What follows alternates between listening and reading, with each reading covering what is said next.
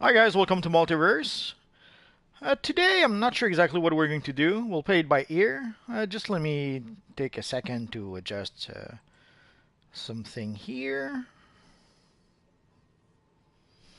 Usually takes a minute or two, but it should give people plenty of time to be able to log in and not miss out the beginning of the live stream. Hello Black Flag.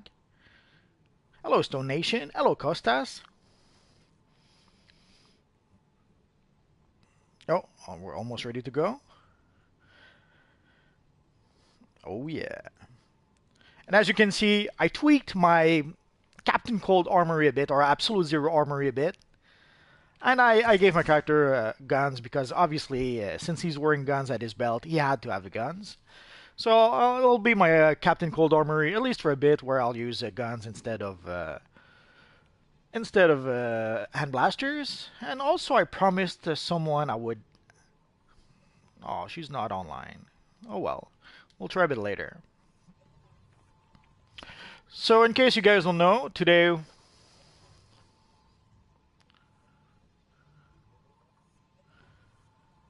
Extreme Z? No idea who that is. Sorry. So today, as you know, it's double marks for the Ultra Box. Actually, I'm misspoken. It's not double marks; it's extra marks. Well, let's go. Let's go through the Watchtower. So normally we're supposed to get extra Ultra Box from playing Earth 3 missions. I'm gonna have to look up Extreme Z. I'm not familiar with that YouTuber.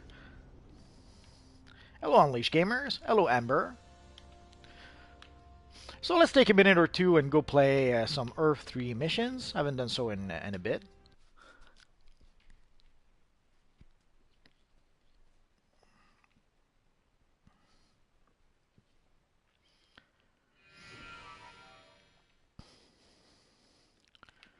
Like last night, I played the missions because I hadn't played those missions in at least a week. So I tried to play those at least before reset so that today I could get some extra goodies again. Owl Man uses my own tactics to strike fear into the hearts of God. Evil has a strong grip on this world, but there are good people here who It's need time our to give them a and help taste them. of their We shall. own. And let's grab our free Ultra Buck and our free market victory here. As you can see, even the little machine gave us 2 Ultra Bucks. So that alone makes it worth it. Crime Syndicate are the kings of the criminal hill. But other super crooks still terrorize the normal folk. Maybe you can stop them. I love Officer Snart. He cracks me up every time.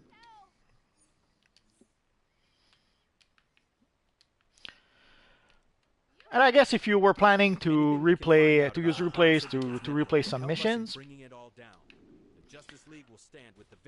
now's the time, I suppose.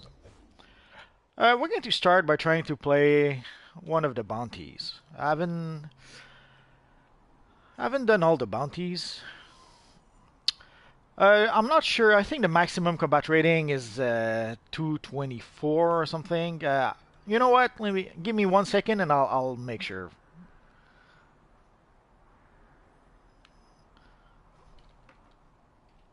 There's a simple way to verify. It would be with the DCUO census. If you guys don't know, there's this census where you can actually see a lot of information about the DCUO characters. Like you could look at how many characters there are, how many characters of each power there are, and all that good stuff. How many characters of a certain combat rating there are. So let's see. Let's try 204.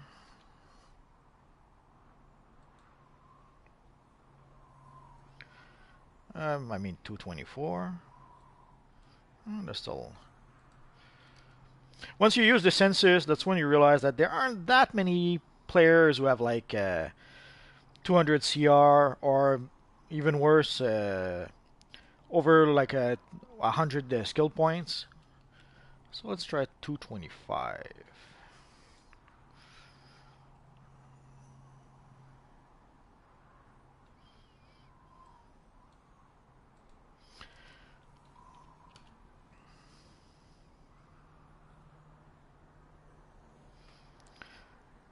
Yeah, Justice League is struggling quite a bit.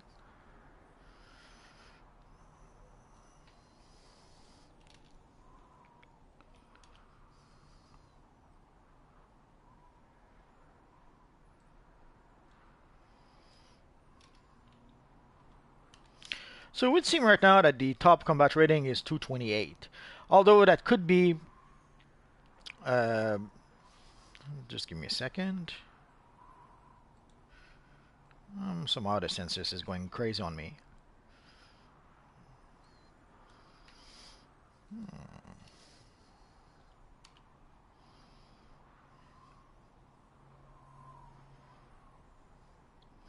228 seems to be the top combat rating, but it could be that it might be people who have like all the omnipotence gear or something like that.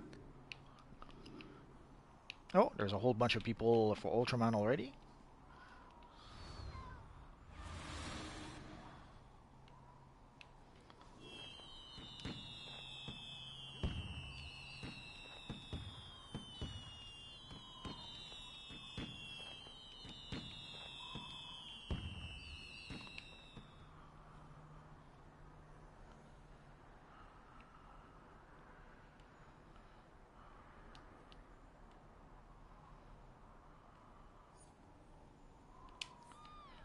Oh yeah.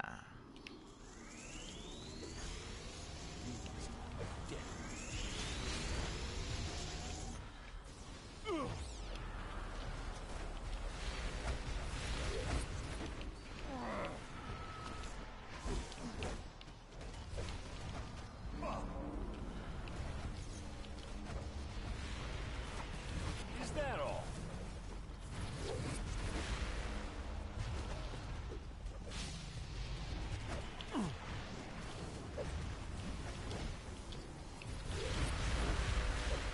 I won't fall.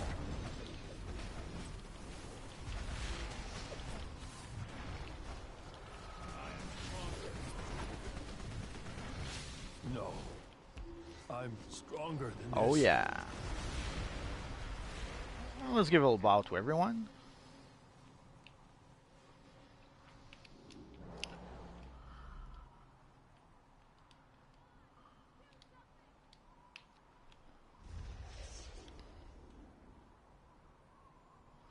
So it would seem right now the top combat rating is 228, but actually I have read previously that it was like 227.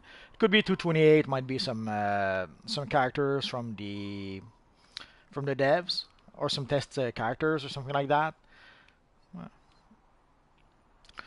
Usually I would wait a bit, but let's go back and see Officer Snarts because I want it. I want my reward. I fought hard against the evil Ultraman. So time to get our reward. But yeah, the Justice League film seems to be sadly struggling a bit. Anyone that torments the city's residents should be dealt with to the full extent of the law. Thanks. And let's see what we got in our little box. Sorry, I didn't pay attention to the chat while I was fighting the evil Ultraman. So give me just a second to get my goodies. Nothing worth really. Let's go for the plan.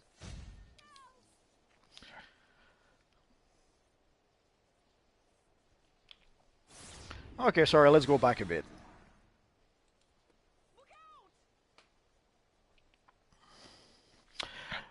Justice League, it's more than they cannot win against Thor Ragnarok. From what we understand, they cannot even win against Doctor Strange, which is quite telling by itself.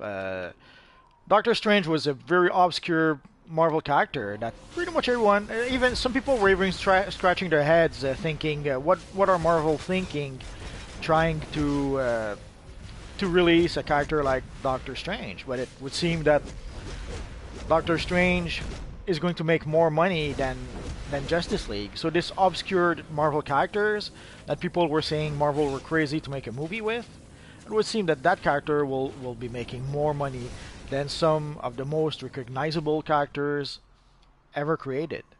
So that's a big Thanks. that makes Justice League looks even worse than it does. And how to get Catalyst for rank 40? Just give me a second. I'll have to look it up. For the teleporter for your lair, you have to buy it from the marketplace. There's no other ways to get the teleporter.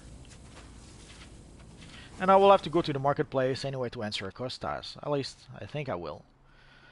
So for rank 40, I'm not sure exactly which catalyst you need. So let's see, catalyst and seals. I don't know if they're going to mention it. Let's see. It doesn't say which catalyst. You know, it only says the rank. Well, let's take a look. Actually, I have 2 artifacts, so I might be able to tell you. I've already passed rank 40 here. I have to admit, I'm not sure which catalyst it is that you need for rank 40. Unless...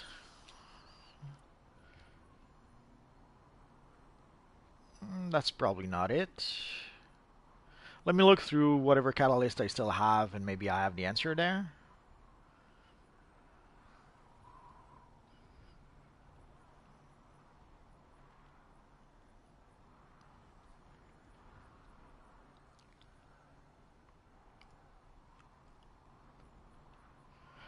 You know what? Will, leave a comment in the comment section of one of my videos asking that very same question, and I will try to answer you. How does that sound?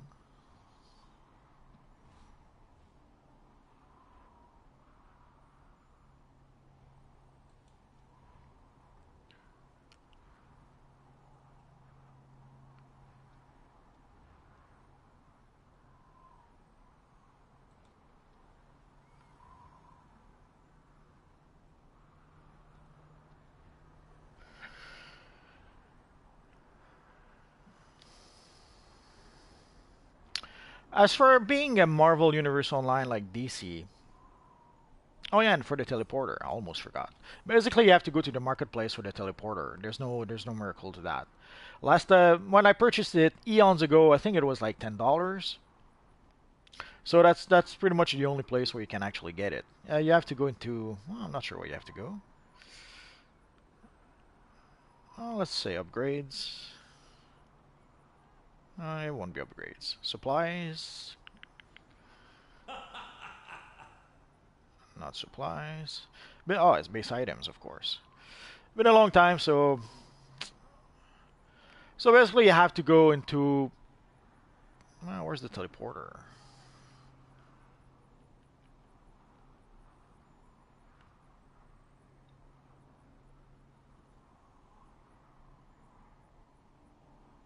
Oh, there it is.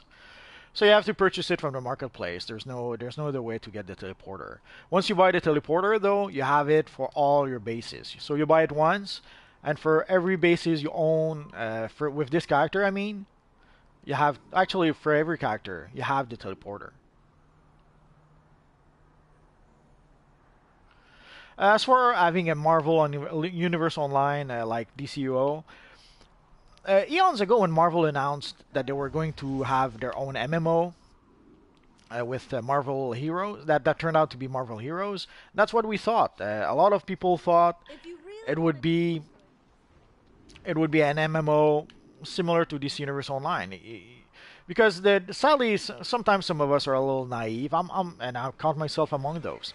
Like, sometimes I'm very naive in thinking that once you get, let's say, a game like DC Universe Online, you figure that the next MMO, especially the next MMO coming from someone like Marvel, that would be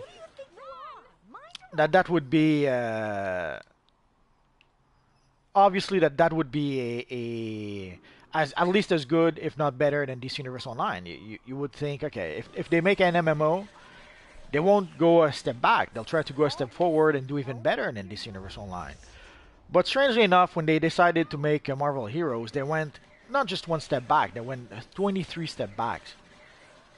They made a game right out of the end of the 90s. Like they made a game right out of 1998 or something, which was disappointing on many levels. It was disappointing because, of course, it was a step back compared to DC Universe Online. But it was even a step back compared to some of the previous Marvel games we had before. It was a step back compared to Marvel Ultimate Alliance. Somehow they did a better job with Marvel Ultimate Alliance like 10 years before than they did with Marvel Heroes, which is hard to believe, but it happens.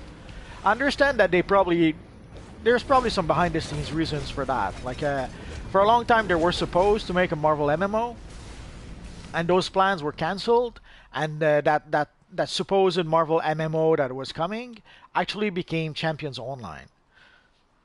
So I guess once they pulled the plug on their Marvel MMO with that ended up being Champions Online, then I guess they decided to go the cheap way, I suppose. They decided to produce a game on the cheap, and that's why we got Marvel Heroes.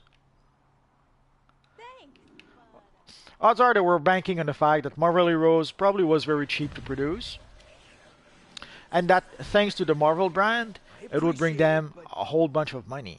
And sadly, it didn't work like that. Although they did make a few questionable decisions that kind of worked also against that. Like they pulled the X-Men characters from the license somehow.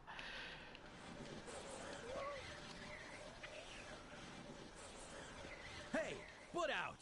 I can fight my own battles. The every missions on Marvel Ultimate Alliance were fun, but it was it was hard to describe at the time. The only thing I didn't like was how you had to unlock certain characters. So if you really wanted to play with, I don't know, let's say Magneto, you had to unlock him first. I don't remember if Magneto was there actually. It's been a long time since I played that game, so. But there's also some for some of the characters, and some were exclusives also. I remember there was, I think it was Juggernaut. It was like some sort of exclusive characters that you had to purchase at a specific time, and afterwards he was no longer available to the rest of us. So that was one of the things. Yeah, Magneto was a DLC character. Okay, that's what I thought.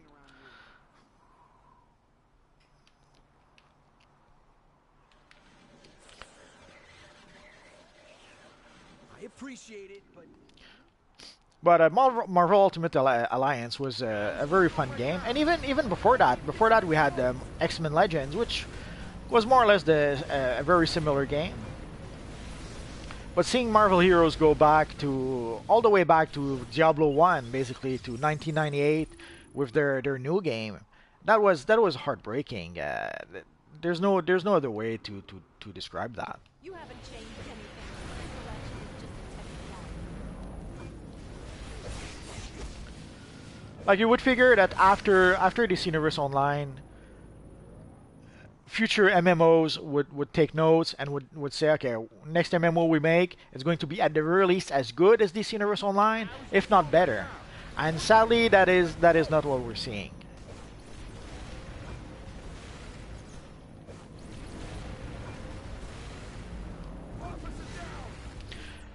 And I remember some people were at the time, well, there's always unhappy people on the forums, but at the time there were a lot of people who were unhappy on the forums about DC Universe Online, who were saying that as soon as Marvel Heroes would launch, DC would lose all their players and everyone would start playing Marvel Heroes instead.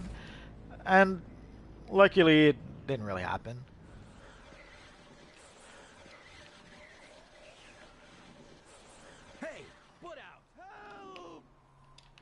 But yeah, having a Marvel game at least comparable to this Universe Online, that would be awesome. It would give us a great opportunity to be able to play both games.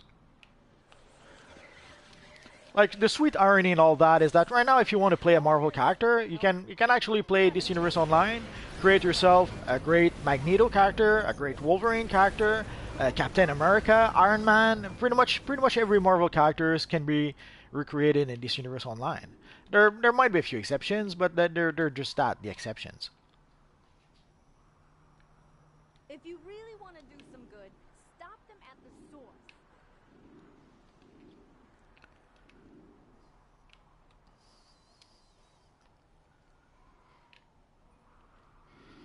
But yeah, a Marvel MMO game comparable to this Universe Online, that would be appreciated. Hello, Jeffrey. Although it's not Marvel, but also starting today we have access to Injustice 2 for free. At least we have access to some of it. I didn't try it just yet, but sadly it seems that in order to be able to play Injustice 2 for free, you have to be a PlayStation Plus subscriber. Apparently it requires it's exclusive to PlayStation Plus subscribers on PS4. On Xbox, I have no idea if it requires anything. But on PS4, sadly, you have to be a PS Plus subscriber.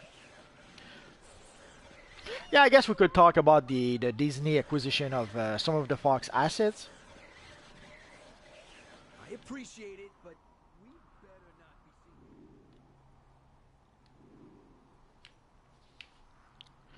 be seen. Let's talk quickly about the Disney Fox purchase, and then I'll talk about the Warner bit. Basically, Disney just bought a whole bunch of assets from Fox. Unlike what some people think, they didn't buy Fox, they just bought assets from Fox. Mainly their TV and movie assets. There were a few reasons for that. One of the reasons was a lot of people think they did that to try to get the X-Men back, which is in part true. But even more than that is that they did that in order to be able to get the complete rights for Star Wars, because Fox still had some of the rights for Star Wars. So now Disney has all the Star Wars rights. They no longer share those rights with Fox. So that's one thing. The other thing is, but the main thing is that Disney have been meaning to launch their own streaming services, not unlike Netflix.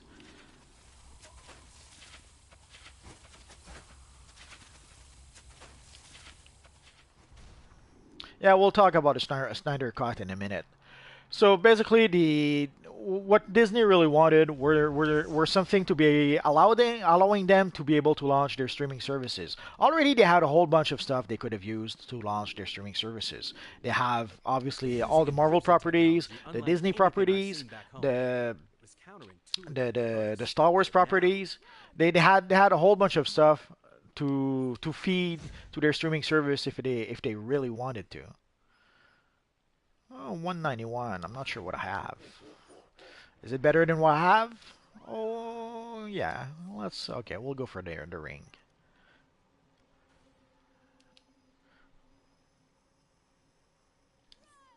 So fast. I'm not sure I would say it's so fast, but I do what I can.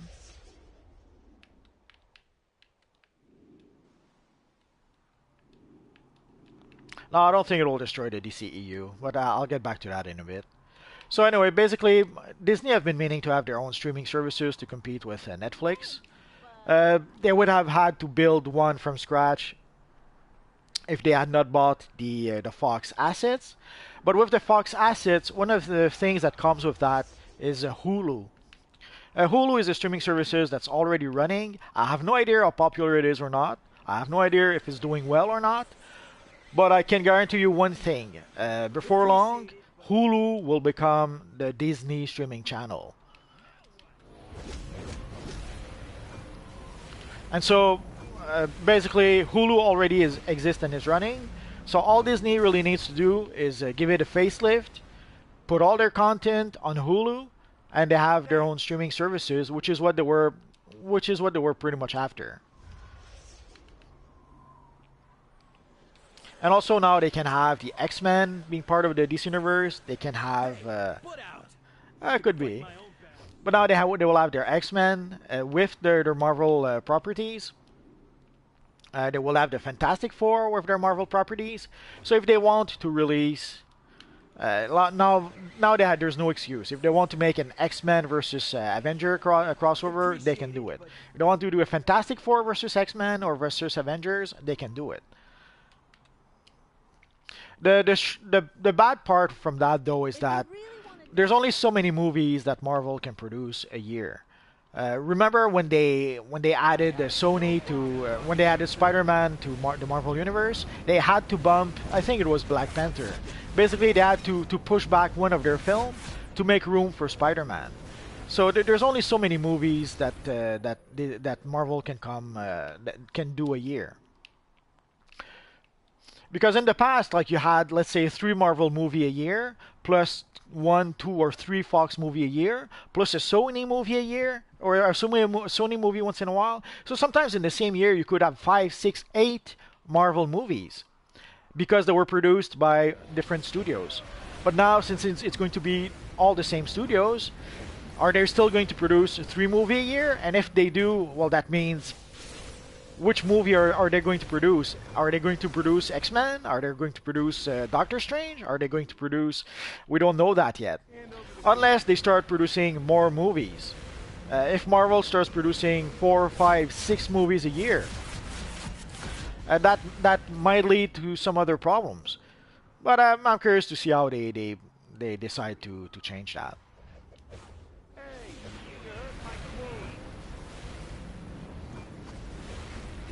No, they don't have access to the people from Fox. Although I guess they could hire them if Fox let them go. They didn't purchase Fox. They didn't purchase the studios. They purchased the properties, and they're going to fold those properties within their already existing studio and within their already existing studio. So they're not going to have they're not buying the Fox studios. They're just buying the assets.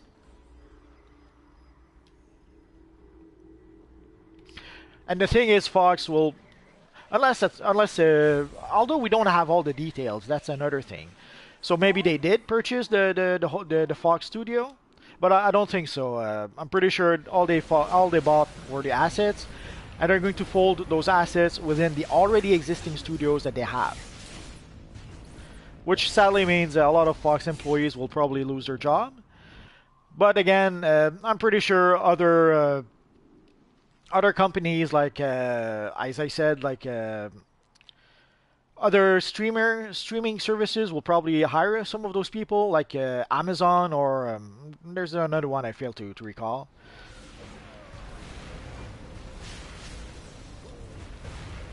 As for the Snyder Cut and all the changes that Warner's did, it's gonna be a bit convoluted to explain, but I'll see what I can do.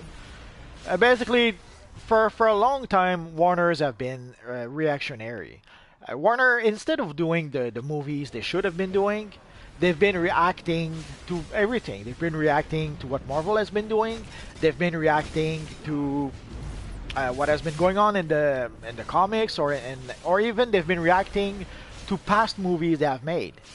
Like when they made a Superman, they didn't just made a Superman. They made a Superman reacting to the previous Superman they had made. They made artsy, fartsy Superman movie with Superman Returns, and now they try to make an action-packed Superman with Man of Steel. And also they decided to pretty much do the polar opposite of what they did in Superman Returns, just because. So instead of doing the best Superman film they could, they made a Superman film in reaction to their previous Superman film. And also they're making their films in reaction to what Marvel is doing. They're so busy trying to catch up to Marvel that they forgot to do the one important thing that they should be doing, is that make a good film first. Make a good film and then build your universe on it. But they're so much in a hurry to catch up to Marvel that instead of producing one solid film and then saying, okay, this is the start of our DC movie universe, even before the film was out, they were saying, okay, this is the start of our DC movie universe. And sadly, the film was actually... They started building their DC universe on Man of Steel, but actually they started before that. If you recall, some of you guys may recall, when they first released Green Lantern, that was supposed to be the start of their cinematic universe. But then Green Lantern pretty much backfired, and they pretty much never spoke of that again. They pretended as if it never happened, and they conveniently forgot that was supposed to be the start of their DC universe.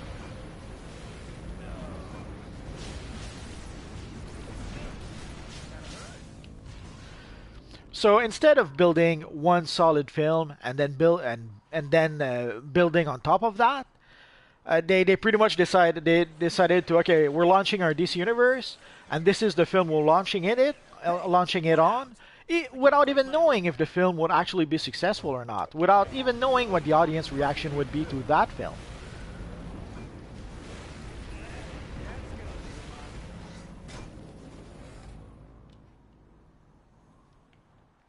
So sadly, they've started their cinematic universe on very, very shaky foundations.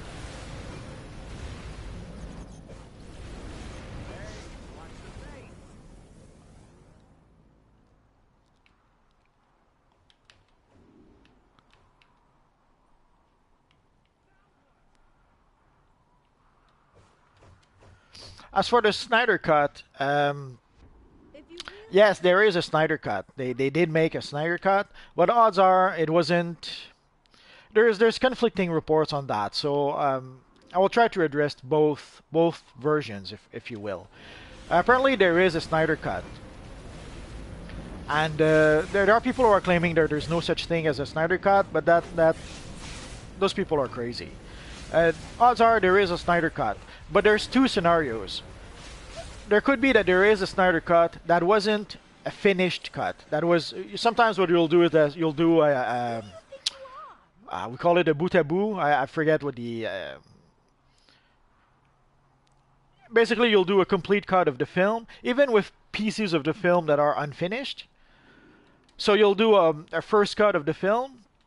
You'll look through the whole bit as if you were watching the film, and then that's usually that's where reshoots come in. Sometimes they'll look at the whole film from end to end, see that there's a few things that don't work, decide to go to do reshoots. I appreciate it, but we better not be seeing.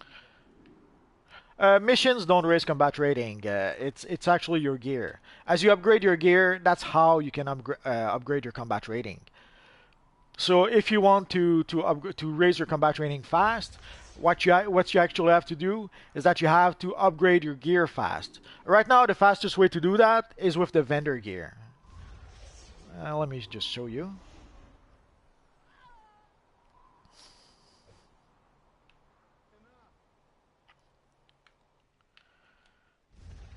Our old friend here should let's collect our reward first. the people of Oh this yeah. world So as you can see, 2 Ultra Bucks. Ah, that's so sweet.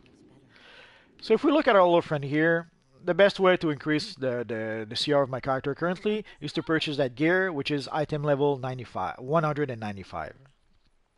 But if we go all the way down, there's another set of gear.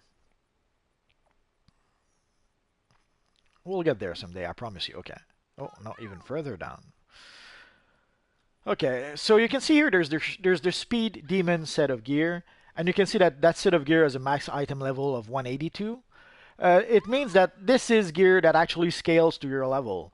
There's a lot of gear that they've added into the game that actually scale to your level. So it's much harder to raise your CR faster because of that. Because basically any piece of gear you get, like in the past, we would be able to get, let's say if you had a high level piece of gear in your character, that would really make your CR jump quite a bit.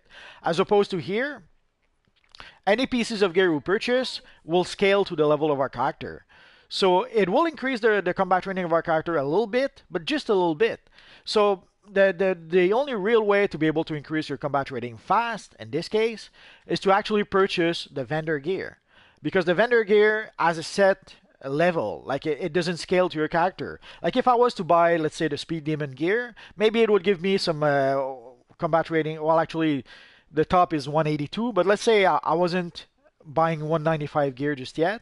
Let's say I was buying some 80 item level 80 gear. Well, then the scaling gear could only give me like maybe 181 or 182, which would be the maximum. But so technically, the fastest way for a long time, the fastest way of increasing your CR was to get the better gear from raids. That gear usually was the best gear in the game, and that would increase your CR quite a lot. Recently, they've changed that so that the best gear now is in the vendor. It's been like that for like the past year. So the best way to increase your CR fast is to purchase the best gear, which is right now the vendor gear. I hope this made some sort of sense. Oh yeah, let's well, we can do that. Actually, let's switch just for the fun of it.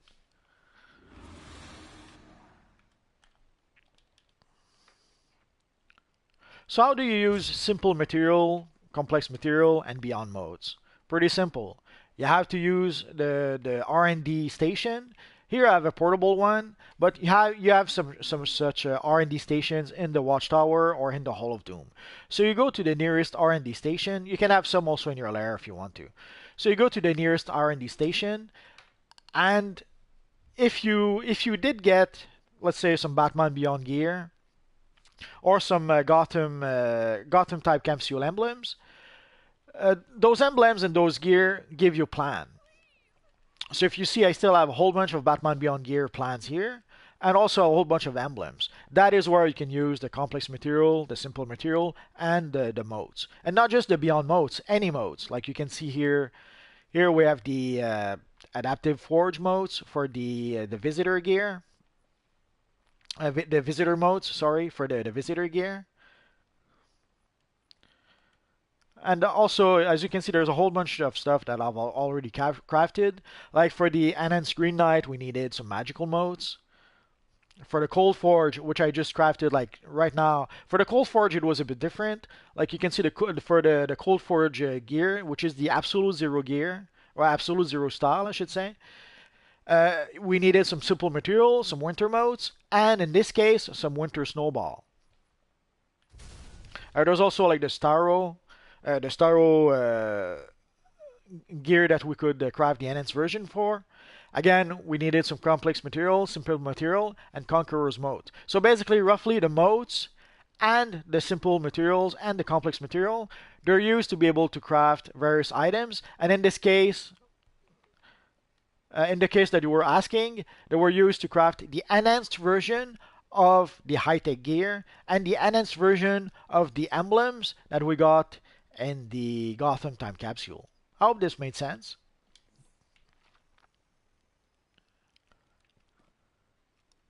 I'm not sure about the style, but we did see the Dark Knight emblems, the Dark Knight, or the Dark Metal emblems. I'm always unsure how to properly say it, but anyway, the Dark Knight Metal emblems, we did see those. So yeah, we can expect them to be added to the game at some point. As for a style, I have no idea. There's a few styles that you can already recreate pretty closely. Like you can already recreate a pretty good Red Death. You can already recreate a pretty good Dawnbreaker, and there's one or two others that you can recreate pretty easily.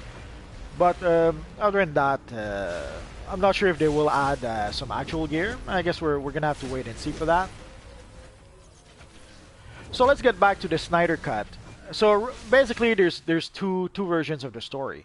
One version of the story is that there is a Snyder Cut that is complete. Another version of the story is that there is a Snyder Cut, but it doesn't have like all the post-production effects and the visual effects and all that. That could be true. Usually you don't wait until you have the finished movie before you actually do a first cut. Usually your first cut will have a lot of scenes that are not finished. So it could be that the Snyder Cut actually would require at least a small investment to finish at least some of the visual effects. But there is the Snyder Cut does exist. There are people who say that there's no Snyder Cuts. Those people are crazy. The only distinction is that does it exist completed, or is it just a half finished movie? But my guess is that they could release a Snyder Cut, not unlike how they released. You may have seen they made a version of Superman and Superman 2 with what they called the Richard Donner cut. Actually, it was a version of Superman, the Christopher Reeve Superman. What they ended up doing, originally Superman and Superman 2 had been filmed at the same time. I appreciate it, but and and they had both been filmed by Richard Donner. At some point, Richard Donner left the project. I'm not sure what the behind-the-scene drama was, but there was a whole bunch of drama behind the scenes. Richard Donner left the project. They hired another director called Richard Lester, and Richard Lester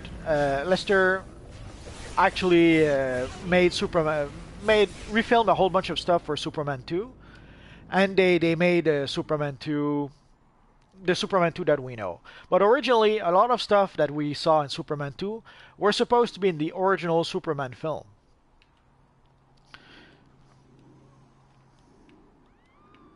So at some point, they released what is known now as the Superman, the Richard Donner cut, where they pretty much put some old footage that wasn't used and some footage for Superman 2 to recreate Superman, the first Superman movie, sort of like what Richard Donner was planning to do. I'm a hero this time. So I suspect something similar could happen with the Snyder Cut. They could probably release a version of the Justice League based on what Zack Snyder did, and depending on the rumors, either we would have a complete film because the effects were already done.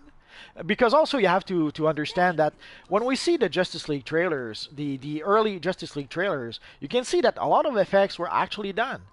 And for the final cut of the film, the final film that they finally released in theaters, a lot of those effects were changed. A lot of effects that were already done were scrapped and were redone by Whedon.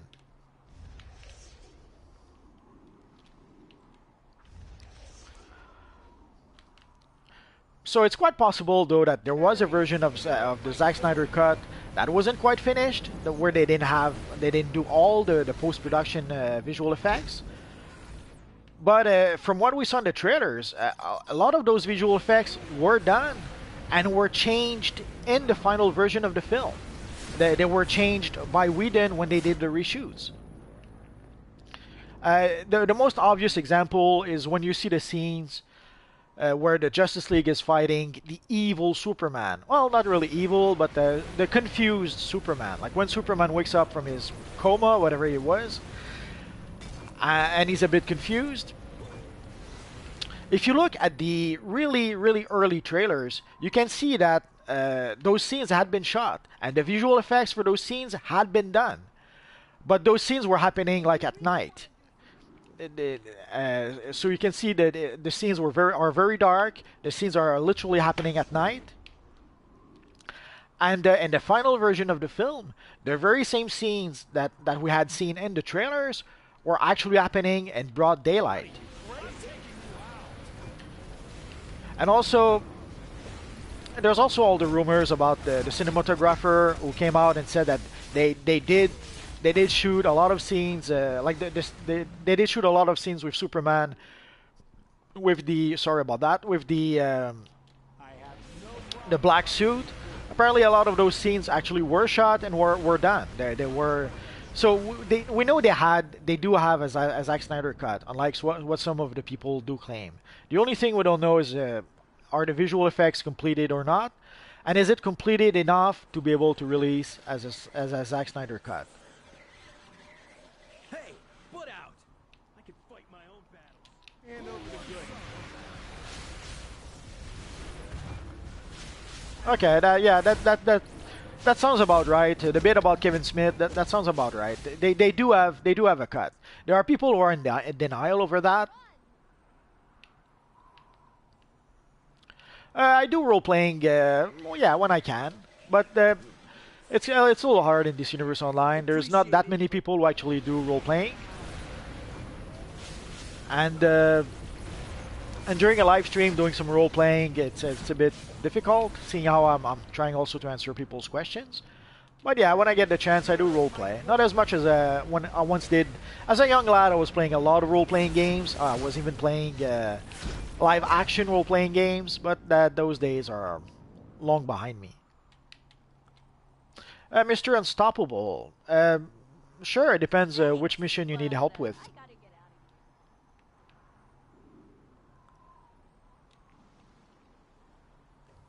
of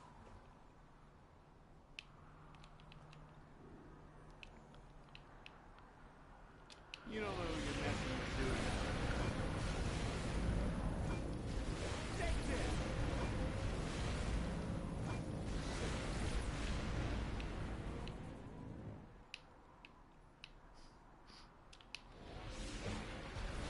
I guess right now the extent to which I roleplay in this universe online is that I'll try to recreate iconic characters and I'll try to use powers that actually make sense with those characters. Sometimes I'll have an armory that makes no sense. Help! Help! Thank you, Jeffrey. Look out! Well, now you see with a bright new emblem, the Red Death can be even more spot on because for the Red Death emblem, basically I used the enhanced version of the Batman Rebirth emblem, and it worked well enough. But now with the Dark Knight Metal emblems, we're going to be able to have the actual emblem. The monster one with Black Adam. Holy crap, that's... I can try, but the last time we tried those missions, like there was me and maybe one other guy, we're like 200 CR, and a whole bunch of people at different CR, and we could not get through not just the mission. We could not get through even the first part of the mission. The freaking urns, the freaking rocks kept on breaking.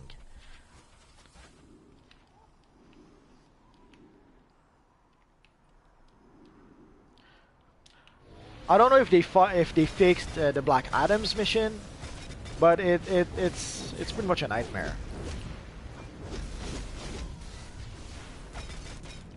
Yeah, I do know Comic Historian. I watched his video for a bit. But I have to admit, I haven't watched any of his videos in a long time.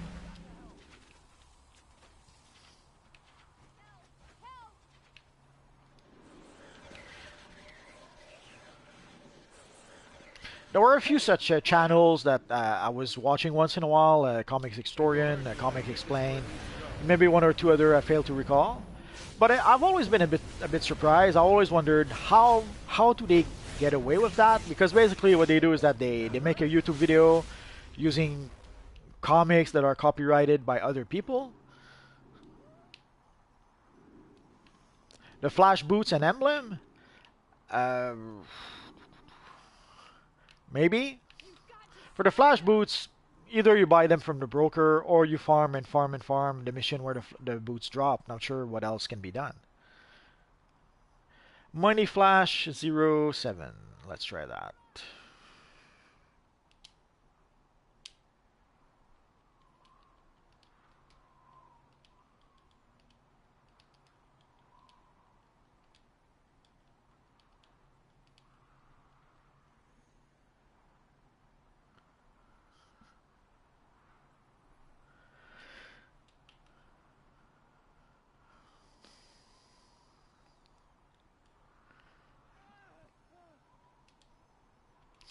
I guess it was one word.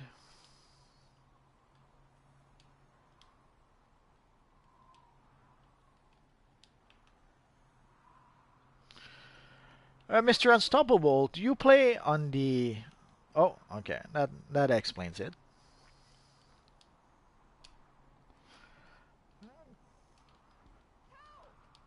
I hope you play on PS4.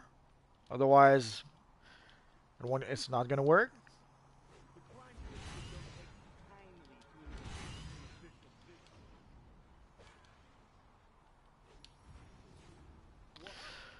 I play on US PS4, Mr. Unstoppable. Do you play on PS4 or do you play on Xbox?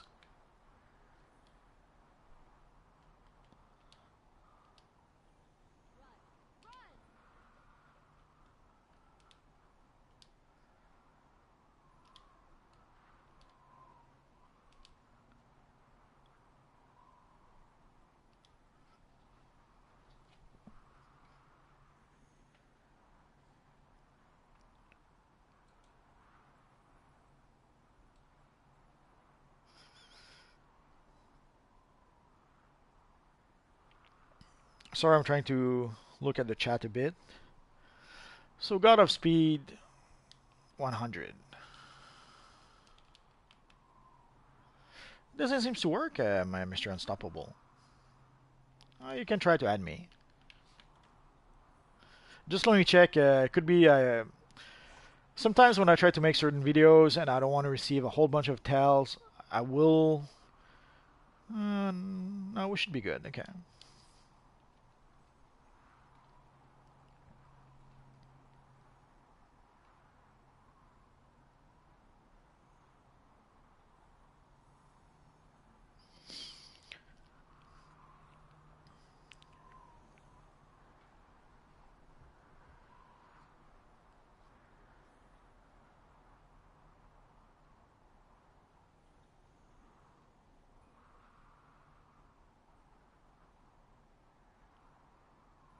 The original Exobyte suit, that's on the test server.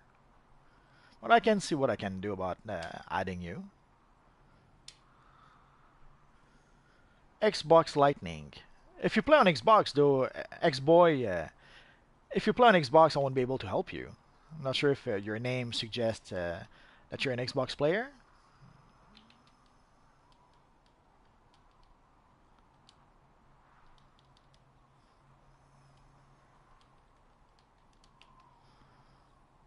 Ah, now you there. There you are. Super Kid 32.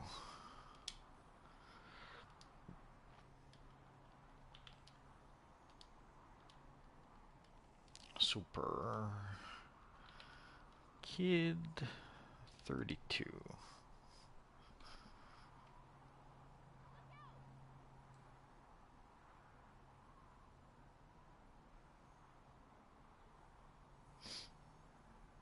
Sorry, I'm just looking at the channel for a bit, at the chat for a bit.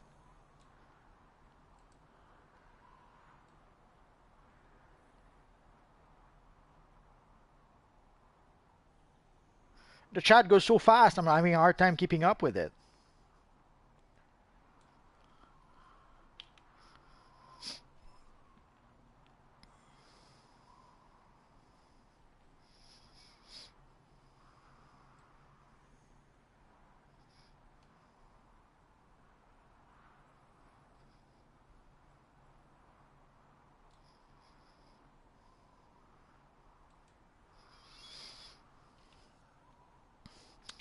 Okay, for the flash boots and emblem.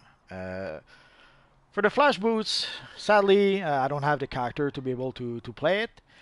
If you play as a villain, as an evil villain, there's a mission in Star Labs that you can play at, I think it's a tier 1 or tier 2 mission, I forget. And you have to play that mission in order to be able to get the flash boots. Other than that, if you want to have the flash boots, you have to buy them from the broker. If you're a hero, yeah, you have pretty much no choice but to buy them from the broker. I may be the fastest man alive, but you just cheesed off the fastest mouth alive. Nice job. Any cool robotic styles? I would have to look through my styles and maybe if I could make I could make a video about that. I'll see what I can do about that.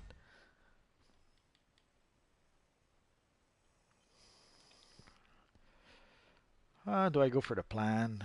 Why not? Don't really need the plan, but just in case. Big Moelp 13. I'll see what I can do.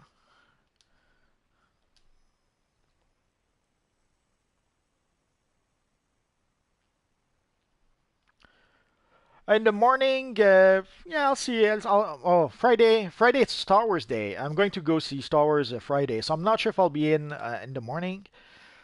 Or maybe I could log in quickly in the morning and then go see Star Wars. I guess we'll have to wait and see. Moelp. That's a strange name. Does it have any significant meaning? Oh, Moelp, you don't exist. Do you play on the oh, your gamer tag? Sorry about that. For your gamer tag or stuff like that, send me a chat or something. Send me a message on YouTube or leave a comment on one of my videos. Otherwise, I'll completely forget about you. Yeah, if you guys give me your name and tag, I will not send me a message on YouTube instead. It can be a private message if you don't want the world to see your tag. Although I'm not sure why that would bother you. But yeah, Friday for those who may be interested to know, I'm going to go see Star Wars. I was tempted to try and go see it tonight, but tonight will be the first night it's playing over here. So it'll probably be crowded. I was wondering also if maybe it could potentially be sold out.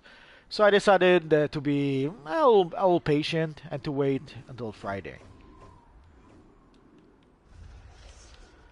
If you're wondering what I'm doing right now, I'm just trying to find a good spot. Where is it? Oh, there we are. Usually there's the mission where you have to fight.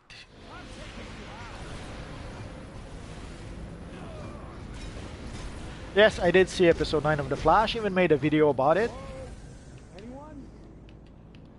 So as you can see, there's the 303 mission. That's pretty much the only thing I have left to do, I think, or so it seems.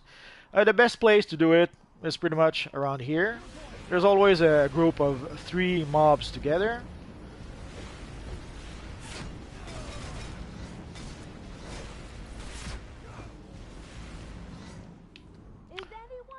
So if you really want to, all you can do is go in circle and attack all the mobs in the world. So there's always mobs here. You never run out of mobs to fight. So you can pretty much just go in circle, do that for, I don't know, 20 minutes, half an hour, and you'll have your 303.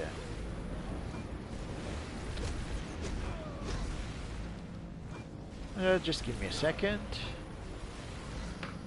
I can't take it in here.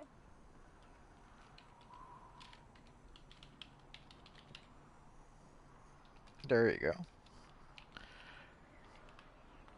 There are sometimes people who try to invite me to group. There's 2 things people should know about that. First, if I'm already doing something, sorry about that. If I'm already doing something, like right now I'm doing a live stream, if you try to invite me through PS4 to group, I'm not going to reply to you. I won't even know you're trying to invite me. And also sometimes I leave my PS4 open even if I'm not using it. Sometimes it'll be to do an update, or earlier today I was installing Injustice 2. So when that happens and you try to invite me, I'm not even using my PS4. So it could happen that you try to invite me and I'm just either I'm already busy doing something else or I'm just not there. It happens. So if that ever happens, don't feel too bad about that. Don't think that I'm ignoring you. I'm just not on my PS4. Like very often I'll leave my PS4 running for various reasons. Usually it'll be if I'm downloading another game, or if I'm downloading an update or a patch or something. Anyone? But it could happen that I just leave it running for no reason at all.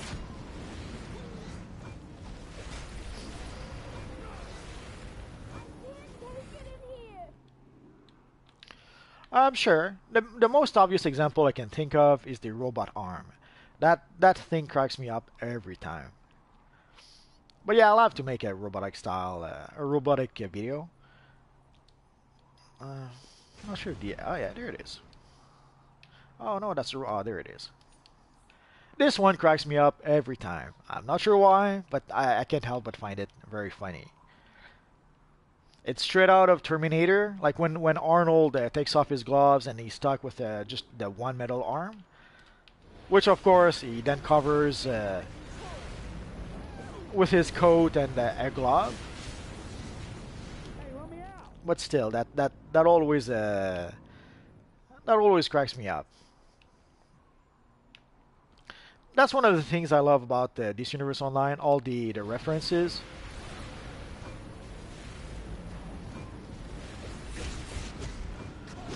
Yeah, personally, I have a good. I enjoy Quantum. I love playing Quantum. The first thing is, and the second thing is, I understand that there are circumstances where Quantum doesn't seem to be that powerful. For example, in order to really be able to do a lot of damages, sadly, Quantum relies heavily on Time Bomb. The problem is, very often, all the mobs are dead before Time Bomb even hits. Like now, I'm not sure if Time Bomb actually did any damage or not. The end of Time Bomb happened just about as the last Cops was defeated. So sadly, when mobs get defeated before Time Bomb actually even can do any damage, it looks pretty bad on the scoreboard. When you look at the scoreboard, you'll often see Quantum doing horrible damage. And the reason for that is quite simple, is that in order to be able to do high damage, you're pretty much rely on Time Bomb.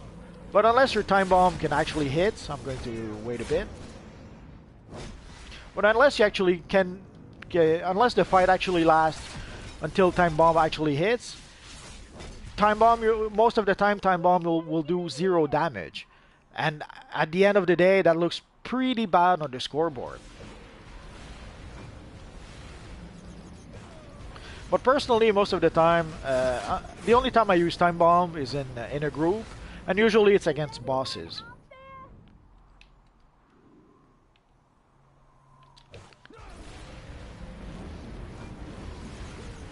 The stuns with Quantum are awesome. You keep characters off balance, and I didn't even use the best one, which is Gravity Well. So the good thing about Quantum is that you keep the characters off balance. So while they're off balance, they're not attacking you, they're not damaging you, they're not doing anything to you. So you pretty much juggle. You can pretty much juggle most opponents quite a lot with Quantum, which is one of a good thing. And if you use all of it, it can get even better. But again, sadly, DPS-wise, it relies heavily on Time Bomb, and very often Time Bomb will do very little damage, because most of the time mobs will be dead before Time Bomb even hits. But I know that I've seen the forums. On the forums, there was a lot of complaints about Quantum. And I think a lot of those complaints come from the fact that for a bit, Quantum was very powerful. And I think it's still very powerful.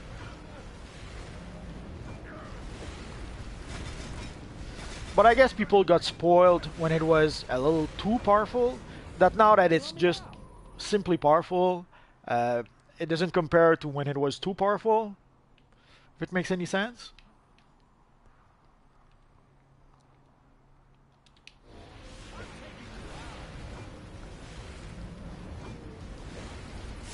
But also one of the things that I try to do, I usually try to be self-sufficient. Like you can see right now, I can cast as much as I like and never run out of power. I could run out of power during a very long fight, but against most mobs, the mobs will be down before I even start running out of power.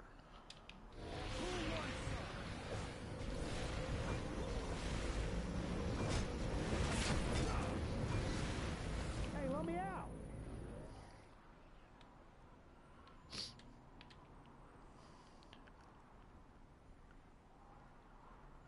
Well, as a controller, Quantum does great. As a controller, well, let's switch control for a second. As a controller, obviously you have your power dump, which is standard to pretty much all the controllers, so it doesn't really matter. But you have like I forget the name of this one, black hole or something, singularity. You have singularity, which is a pretty good crowd control. It's also your defense debuff. So on that front, Quantum does fine, and even better, like there's the supercharge generator, which is anomaly, which is pretty awesome. Like it acts as a crowd control. It acts as a crowd control, as you can see, but it also acts as a healing debuff. So if for the few opponents that needs a healing debuff, then you have it. But so the best part is that it acts as a crowd control and it acts as a supercharge generator. So for that alone, Quantum is as a pretty big advantage, I think, over other controllers. And also, as you can see, Singularity does a good job doing some crowd control. In addition to doing the defense debuff, like you can see the defense debuff on the Wise Guy.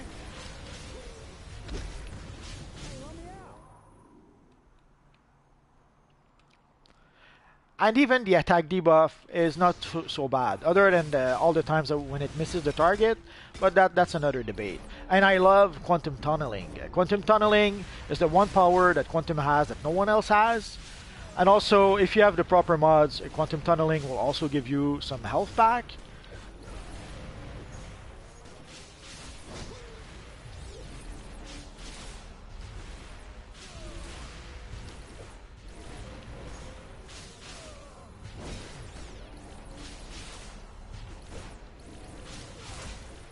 I can't take it in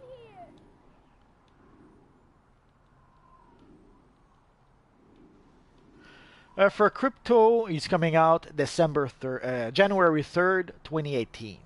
Basically, when we get the anniversary event, Crypto will be there, and that's going to be January 3rd, 2018. Oh, you're welcome. On not DCUO. The vendor, depends which vendor treatment time. But I could show you the...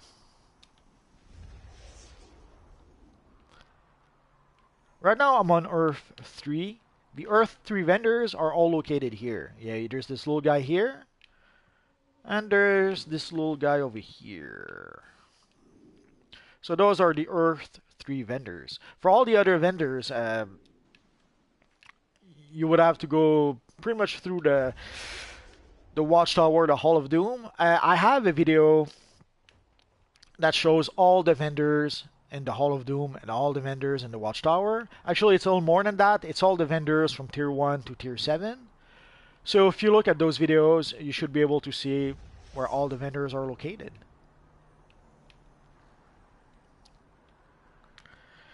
If you're not, sorry Costas, I think I missed the first part of your question, or just give me a second. Treatment, Costas. To change to damage roll, either you can use an armory, or if you use the D-pad and you go up, you will open the action menu. If you see with the action menu, you can just click switch roll. And now my character switched to controller. If I go up with the D-pad again, I can switch roll again. If you play on PC, I think it's F4 to open the action menu. It's been a long time since I used it, so I could be mistaken. But if you play with the controller, just the D-pad up, you will open the action menu, and then you can switch roll as you wish, or you can use an armory to switch roll.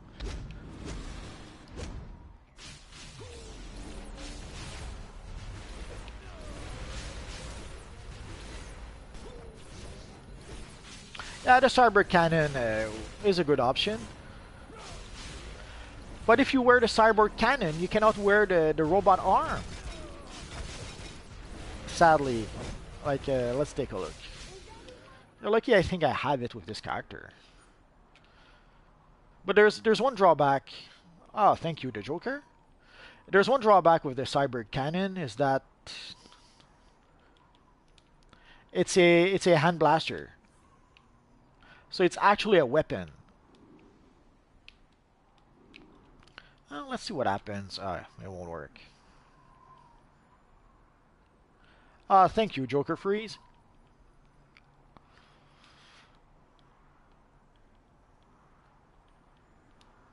Yeah, that's what I thought.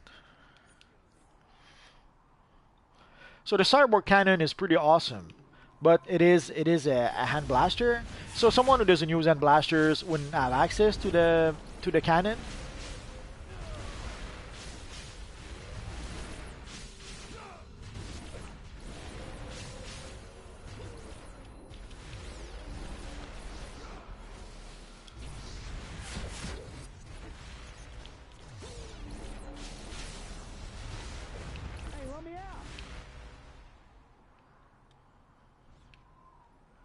But it does look awesome. I love that cannon. Which reminds me, I guess I would have to make an update to my cyborg video because way back when I made that video, I didn't have the cannon. So I guess I'm overdue for an update. Thanks, Quan Bailey. Oh, the crypto vendor. It's not in the game yet. It's only on the test server. It's going to be in the game in January 3rd, 2018. So next January, on the 3rd, we're going to have the anniversary event or the anti-monitor event, and that is where the crypto vendor will be located. Well, the crypto vendor, the event vendor will be located in the anniversary event, and that's where you're going to be able to purchase crypto. Crypto is only on the test server right now. I know it's a bit confusing having there's the server and there's the test server, and sometimes things get released on the test server before, obviously because they want to test it.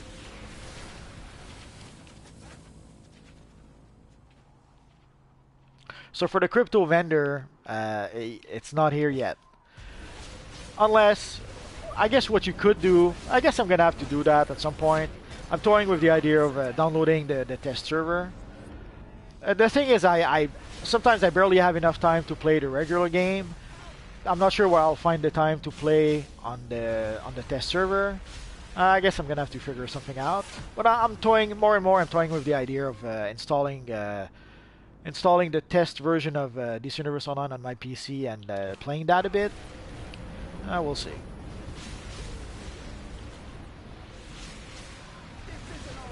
So I hope it answered your question, treatment.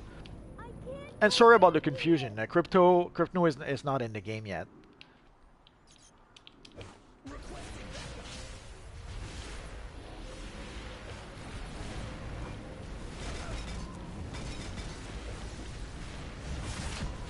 No, the vendor for crypto will be there will be a new map. I'll show it to you. I'll show it to you now. If I wait until I have the 303 done, it'll take a while. And I need a break.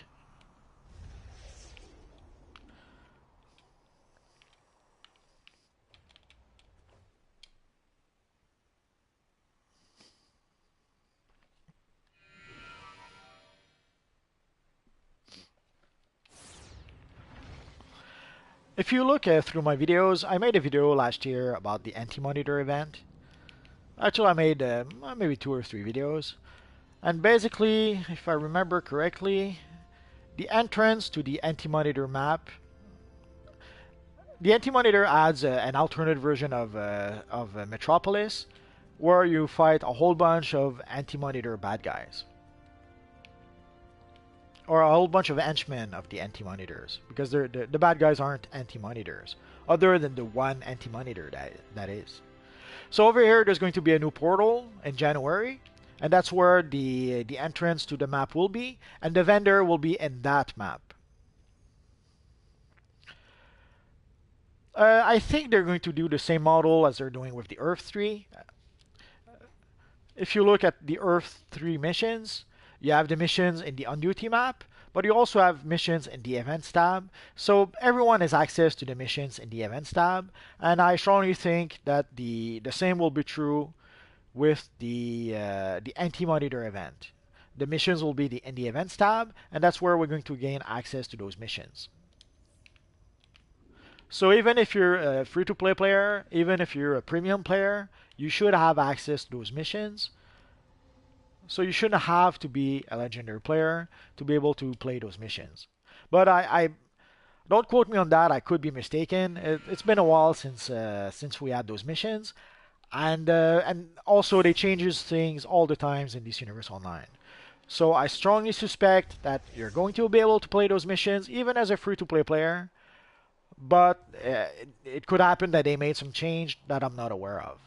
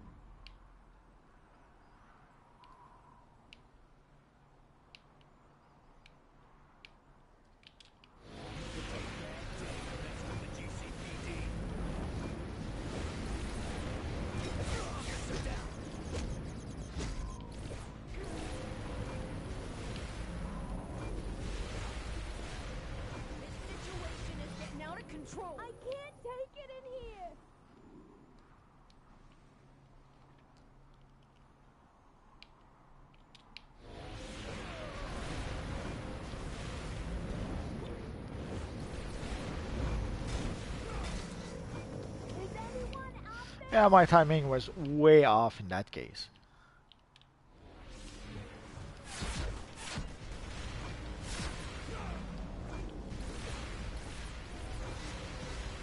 Hey, let me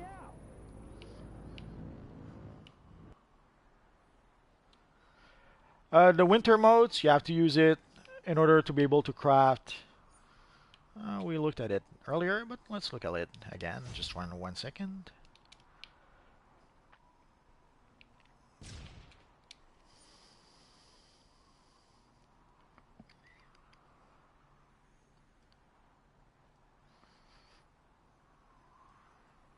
Not sure why the order of those thingy is always different. So for the winter modes, you have to use it to craft the enhanced version of the Absolute Zero style. It's also called, it seems, the Enhanced Commandos Enforcer, in this case, belt. Not sure why it has different names. Like here, it is the Enhanced Enforcer, whatever. But if you look in the actual style, someday we'll get there. Actually, let's even go a bit further. There we go.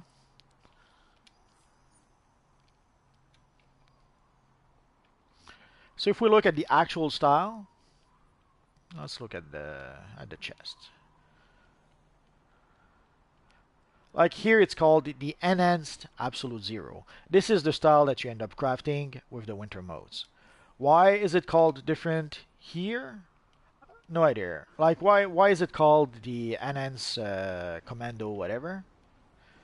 Sorry, there's a bit of lag. There we go. So why is it called the Enhanced Cold Commando whatever?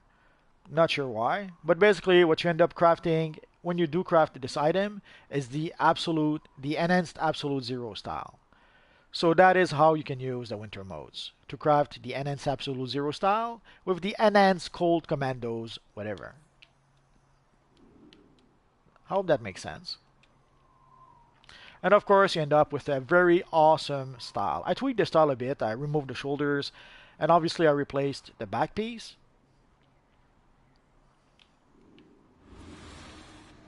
But the style looks really good. Hey, it'll hurt me if I don't get this where it needs to go.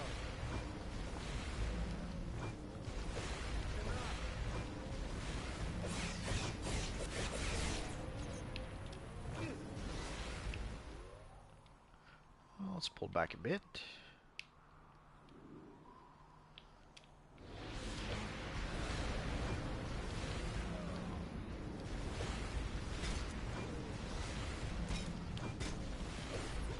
So for the 303, if some of you have been wondering how is the best way to actually do this mission, pretty much like this. You just find a spot where a lot of mobs will spawn, and you just go in circles and defeat 303 of them.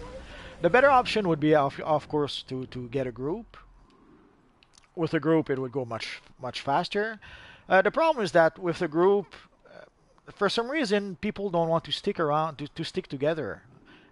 So whenever I try to make a group on this map, I would be here, someone else would be elsewhere, someone else would be at the other end of the map, and sadly there is a range to the whole thing. Like if we're too far apart, the enemies that we defeat will not count for everyone. So if there's someone at the other end of the map who defeats an enemy, it will not give me anything. So sadly, forming groups for the 303 mission ended up being as pretty much a waste. Very often it took me as long to do it with a group as if I was by myself, because the people would be spread all over the map, and the enemies defeated would not count for everyone. Not sure why it seems to be such an issue for players to just stick together, stay together. But that's one of the challenges of this Universe Online, and it's been like that for as long as I've been playing. One of the big challenges in this Universe Online is to keep the players together. In the early days, it was not that big of an issue most of the time, because sometimes you're especially in the early maps, you're confined to some pretty small maps. But even in the early days when we were on maps like Area 51, holy crap! As soon as we entered the map, people would go in their own separate direction, and trying to keep the group together in Area 51 was almost impossible. Hello, Mr. Unstoppable. What seems to be the issue? Again? Okay, I'll try again with Money Flash. Just give me half a second.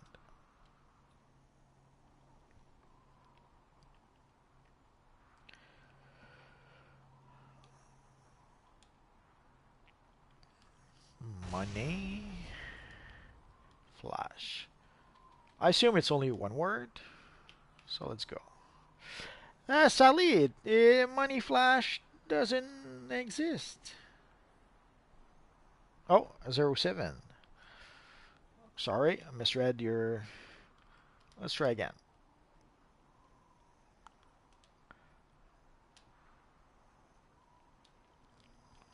That's the first time it happened.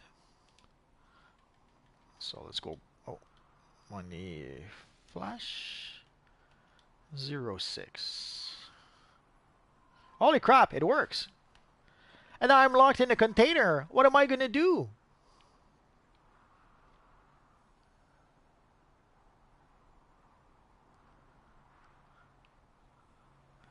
The ring's gift after the 12 days? I'm not sure.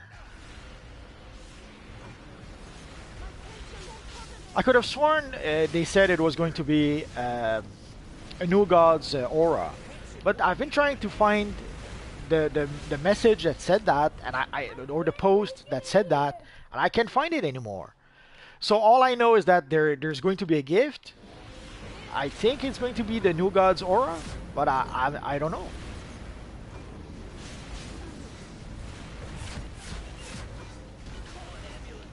Is anyone out there?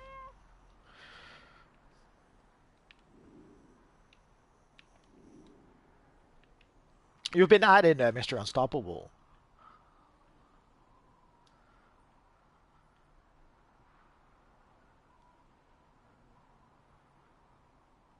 Run for your lives!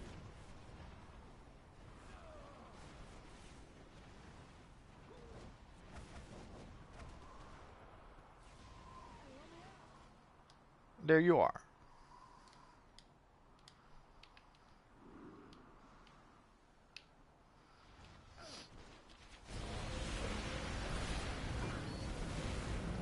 I can't take it in here.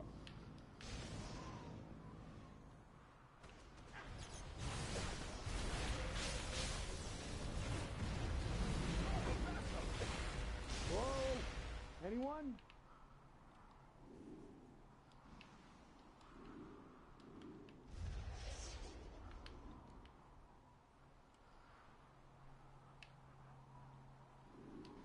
Run! Run!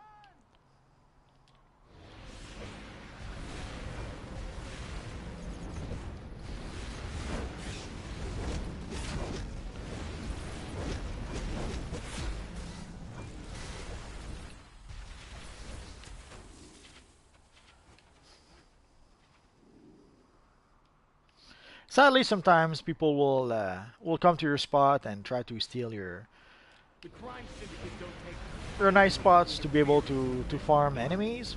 You just find a new spot when that happens.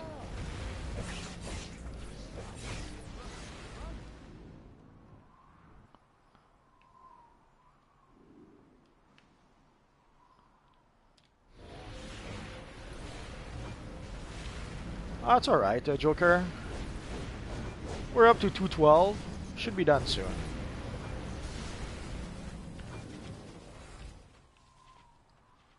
And I don't mind just going around, taking it easy, relaxing, talking with you guys, just having fun. It's okay. I don't need to be done in within 5 minutes. Hey, let me out!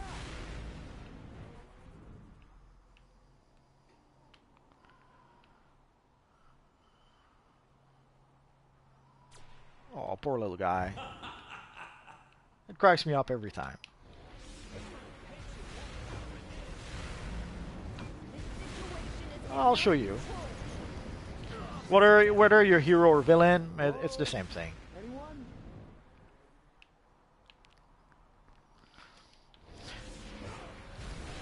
Sadly, more and more heroes and villains pretty much get the very same content.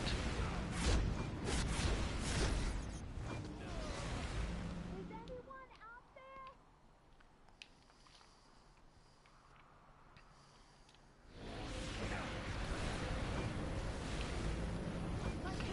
I guess it's their way to try to make their jobs a little easier. So they don't need to create as much content. Everyone can share the same thing. Which I have mixed feelings about.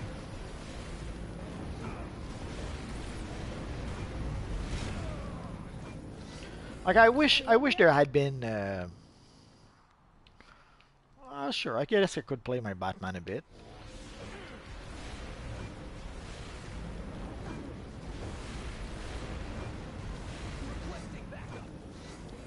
Hello? Anyone?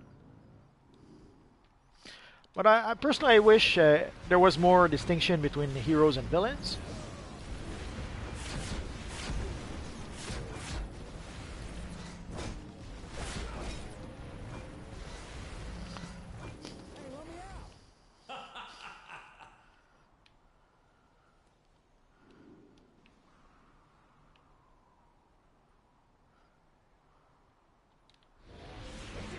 A good rebirth Batman.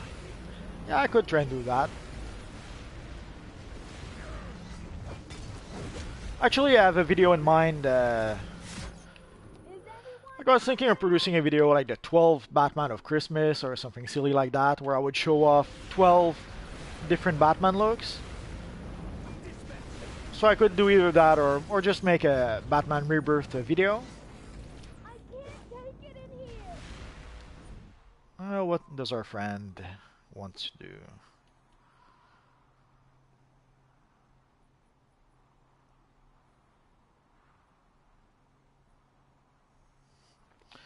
Why not?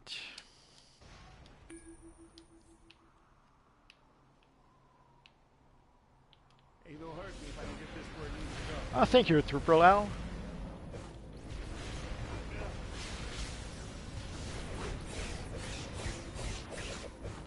You punch like a truck.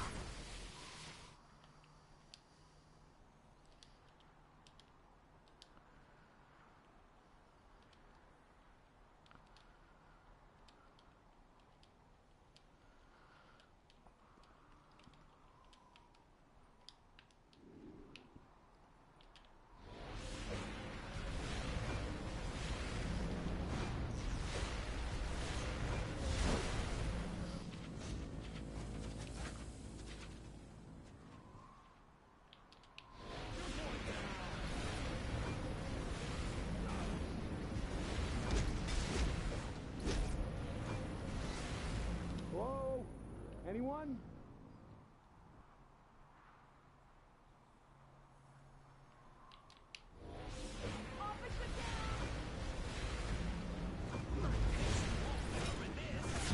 So for the Batman Rebirth, either I'll make just a Batman Rebirth video, which could happen, Is anyone or I'll make, as I mentioned, I've been toying with the idea of making like a video 12 ways to make Batman, or 12 Batman of Christmas, or I'm still working on the idea. call for backup? So either way, I'll make a Batman Rebirth. Either I'll just make a Batman Rebirth video by itself, or if I make a video like 12 ways to make Batman, the Batman Rebirth should be in there. Hey, watch the face.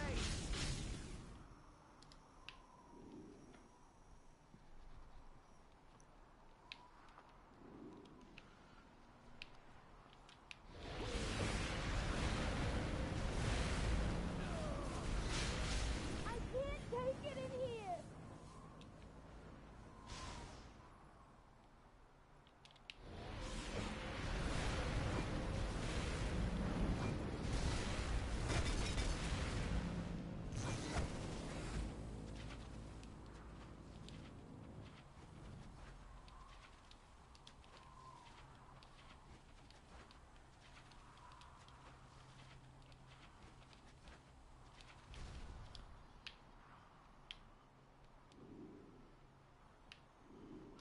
Oh, our friend the Knight has joined us.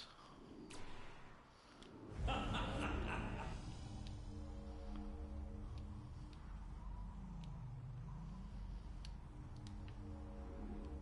picked a bad day to mess with the GCPD. Requesting backup.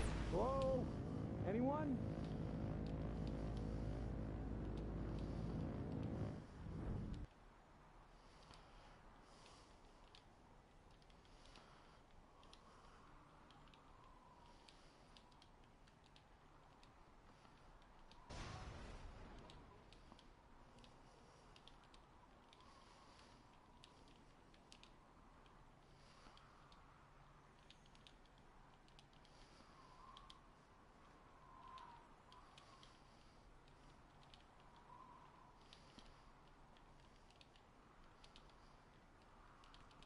Who wants some?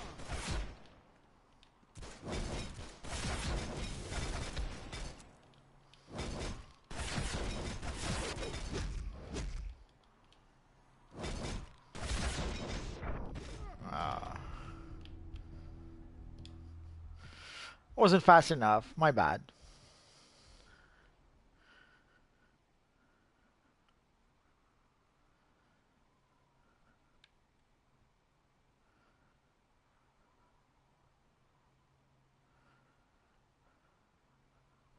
That's good for you, Triple L.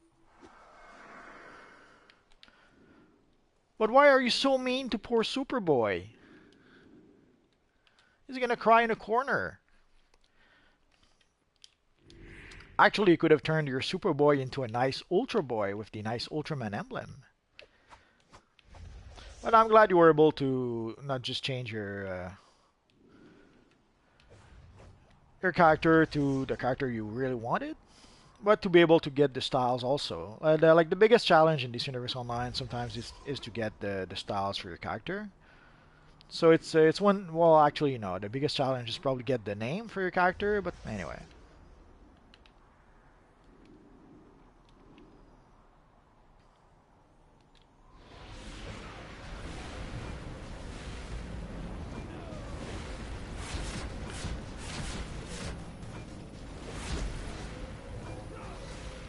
Is anyone out there?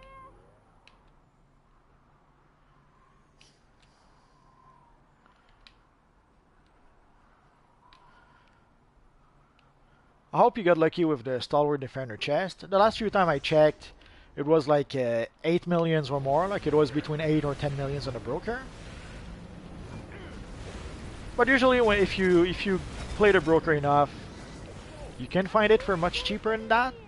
But the same thing always happens. Like whenever we get a new batch of emblems, and everyone wants to have a Stalwart Defender chest, so the prices will go up a bit. And then once everyone, or almost everyone, has their Stalwart Defender chest, then the prices go back down. So I didn't check recently, but I suspect that the prices probably went back down at least a bit. But I can imagine why people basically look at how nice the emblem looks on the Stalwart Defender chest. You can't beat that. It's okay, I understand. I understand that there's a lot of great styles to recreate Batman. And there's going to be a few more once we get the Dark Knight's metal emblems.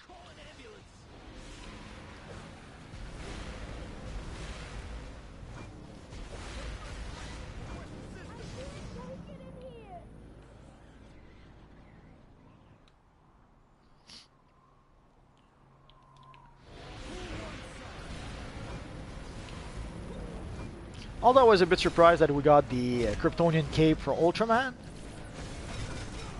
We knew we were going to get the emblems, but the cape came as a nice surprise, even though it was pretty expensive to get.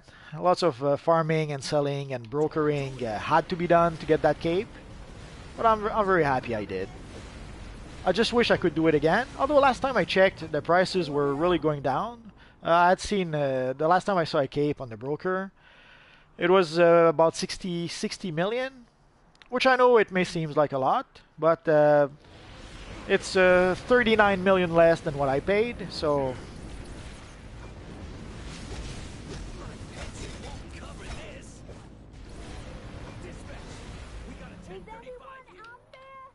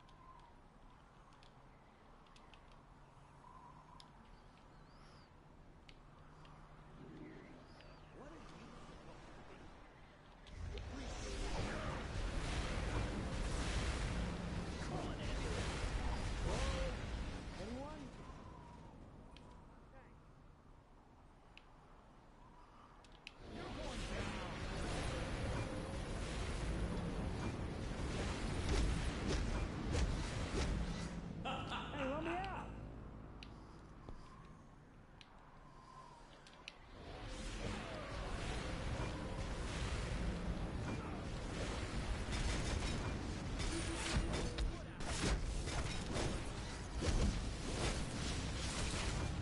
I can't take it in here. that took a long time to pop. Oh, if you play on Xbox, it's even better then.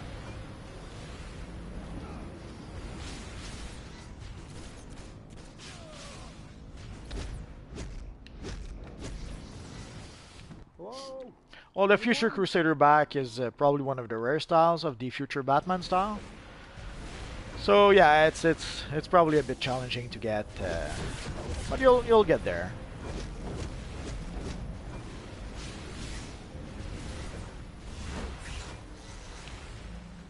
If you really want to do some good, stop Lay them face at the down on source. the ground, hands behind your back. Officer down. Is anyone out there?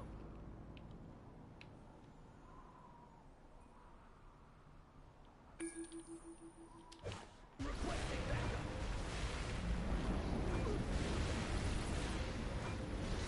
Officer down.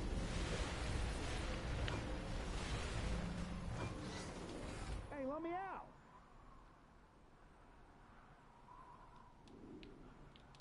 I'm taking you out. I guess I'll be right back. I'll just take a minute before the mission starts. Give me 1 second. I'll be right back, guys.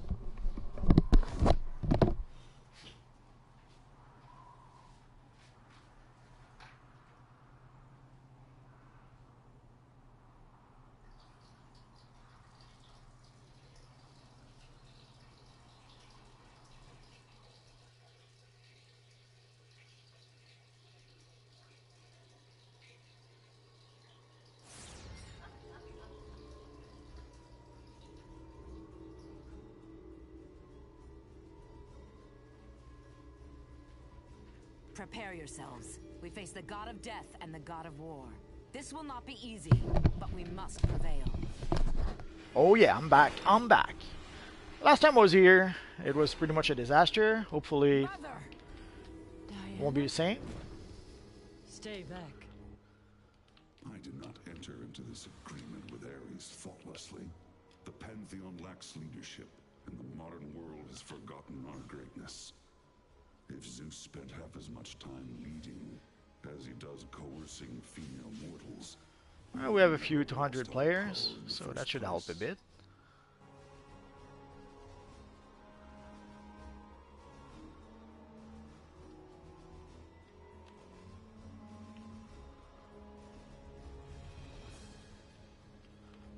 Let's take a second to repair. Why bother repairing your gear? It'll just break again.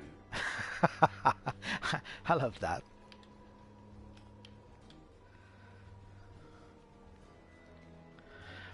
So sorry, Triple L. I guess I'm not going to be playing as the Batman if we play this mission.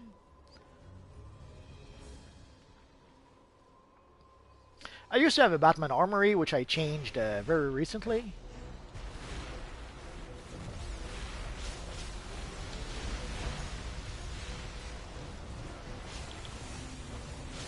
You'll regret that.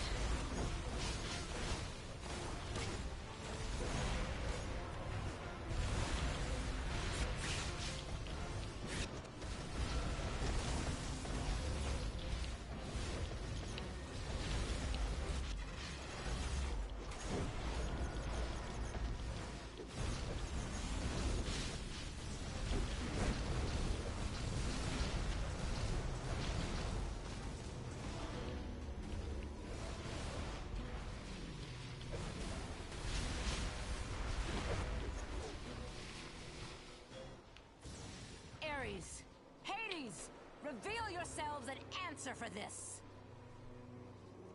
You are awfully demanding for a guest. I've always appreciated her subtlety, Uncle. But as enchanting as I find your demand for blood, Diana, we are on a schedule. Well, whatever you had planned, consider it cancelled. We shall see.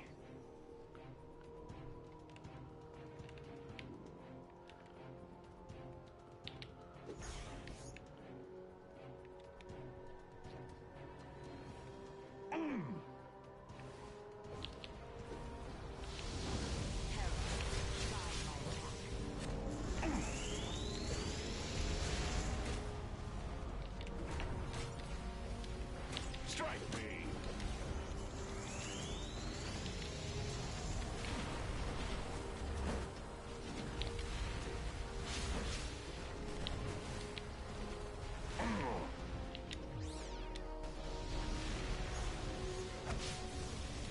Feel the thirst for war. Yes!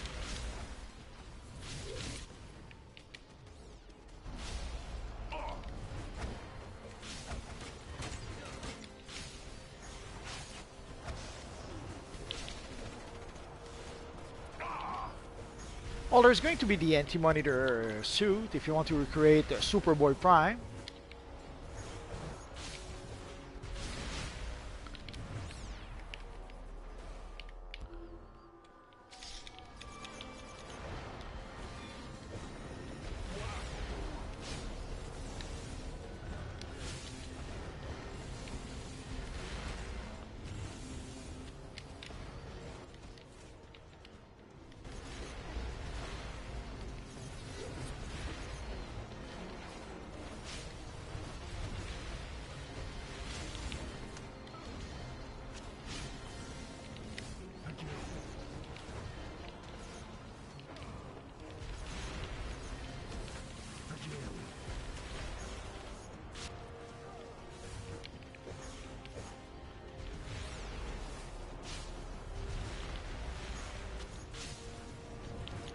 Connor Kent. There's a few ways to recreate a really nice Connor Kent, especially using the paneled bodysuit style.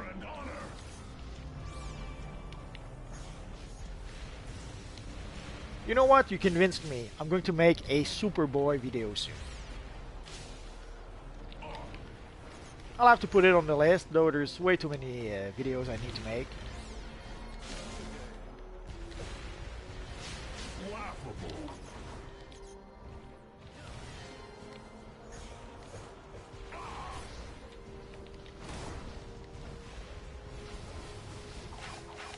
Strike me!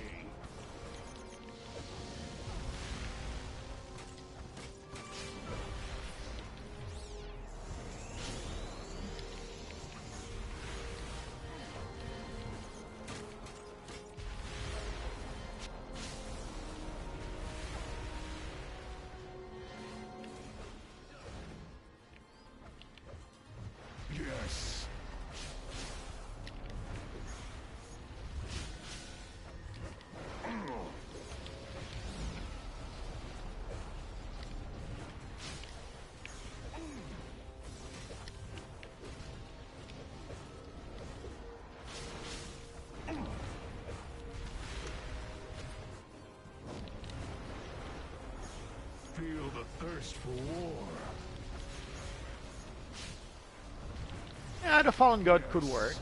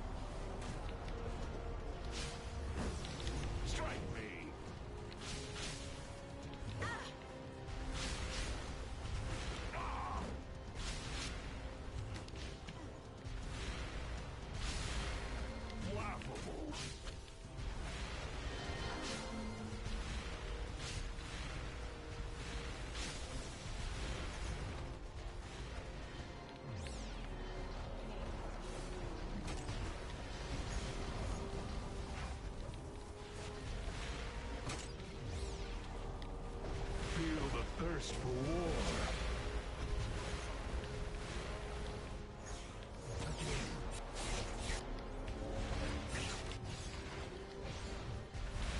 Strike me.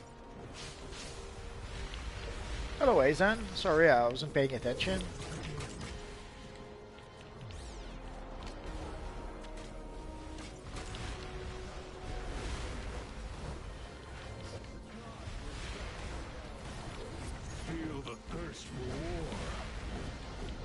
Is it Azar, Azan, or Azari? I'm not sure.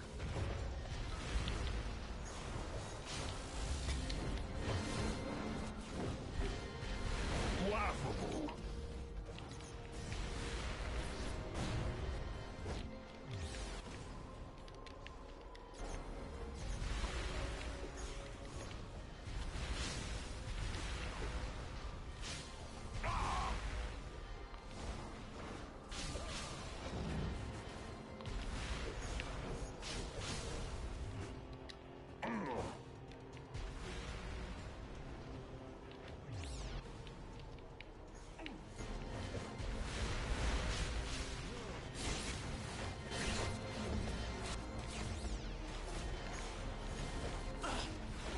Azari? Okay. Thanks.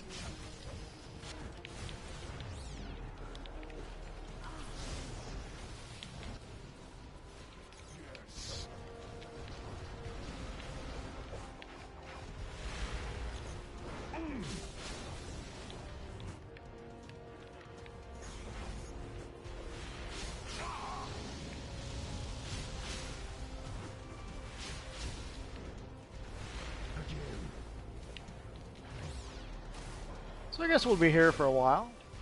None of us seems to know exactly what to do. Not sure if I've been here before.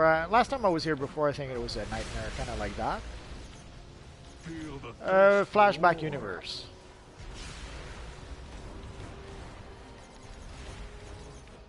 Oh, our friend the Knight disconnected. Not sure if he rage quit or what.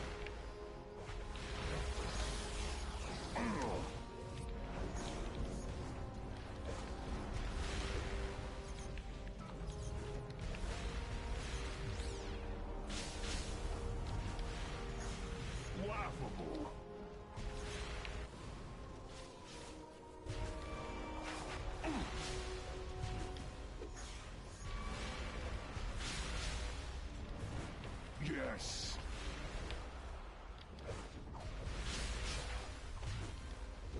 Strike me.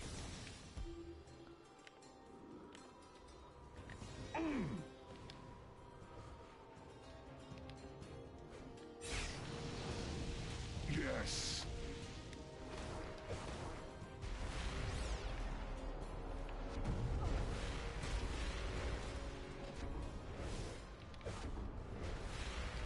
Again. I'd reconsider that.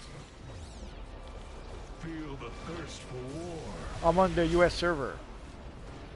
I'm on US PS4.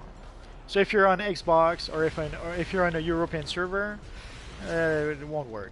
I suspect you're on a European server seeing the special characters in your name, which is why I was not sure about your name. Some of those characters I haven't seen before.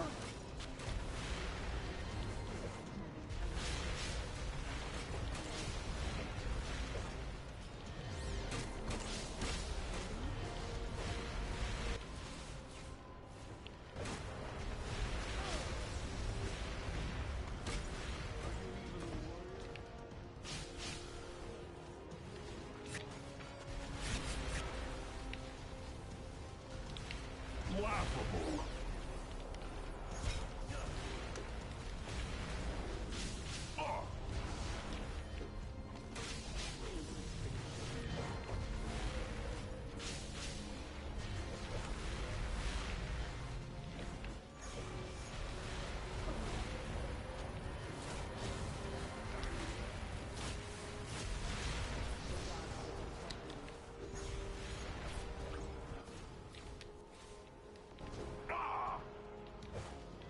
This is Amanda Waller. Task Force X is taking control of this situation. I'm sending in the Suicide Squad to assist you. I assure you that those mercenaries will comply.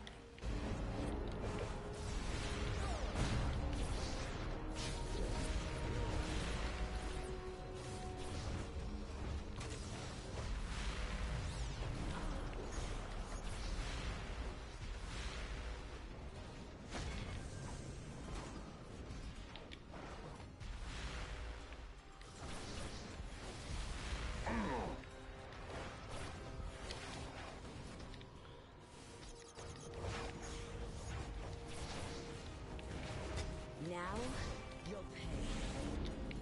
That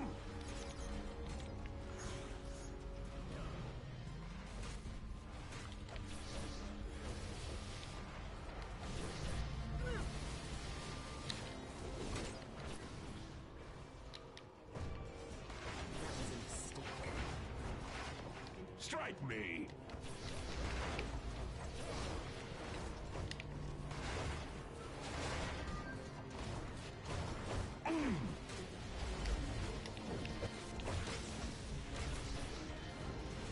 Strike me.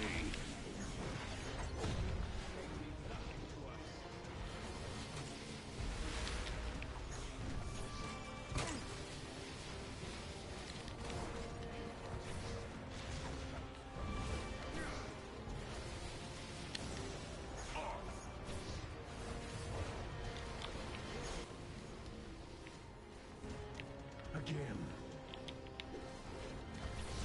Ah, it's okay. You can use the symbols you want.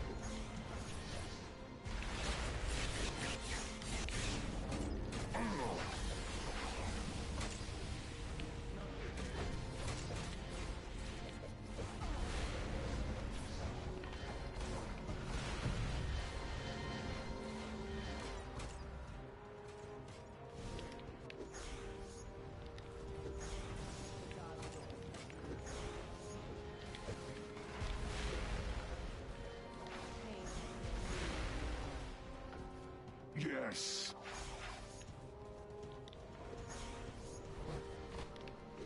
Feel the thirst for war.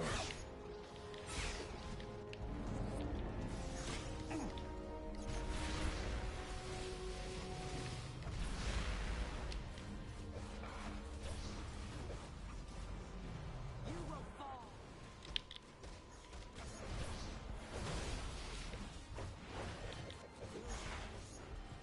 Oh no, they're dead. Oh, too late.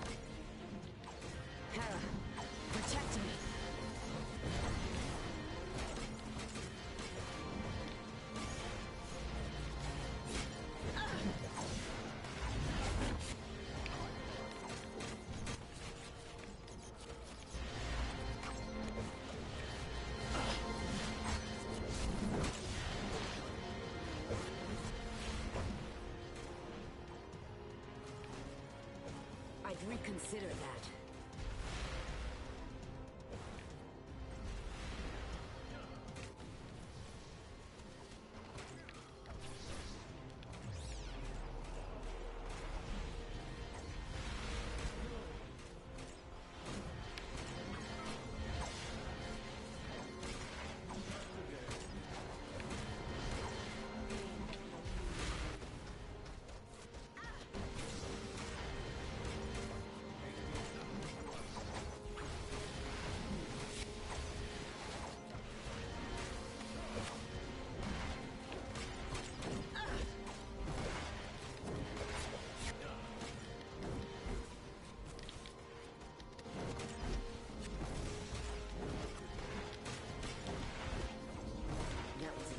When a mission goes wrong like that, it's just time to try out some stuff like going mano a mano against Ares.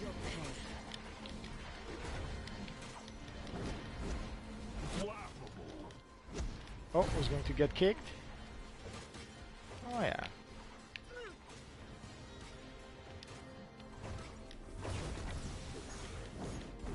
You'll regret that.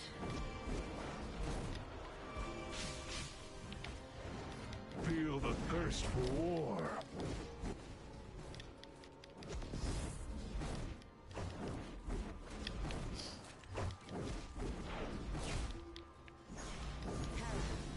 Protect me.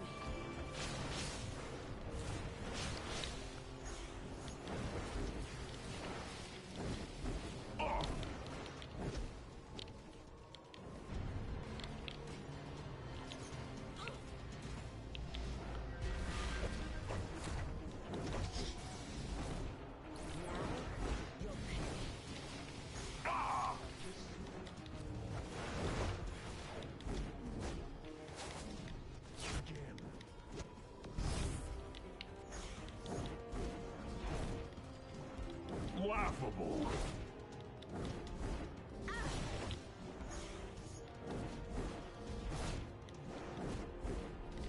I'd reconsider that. I will deliver you to Hades himself. Okay, it's enough.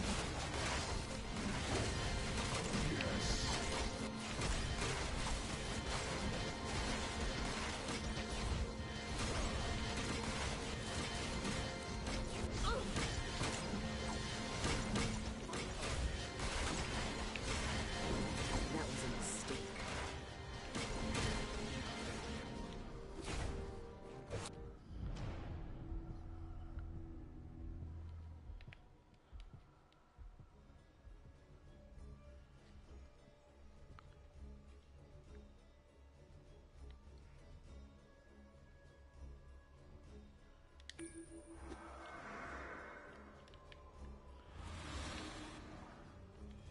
Life is one crushing defeat after another until you end up here.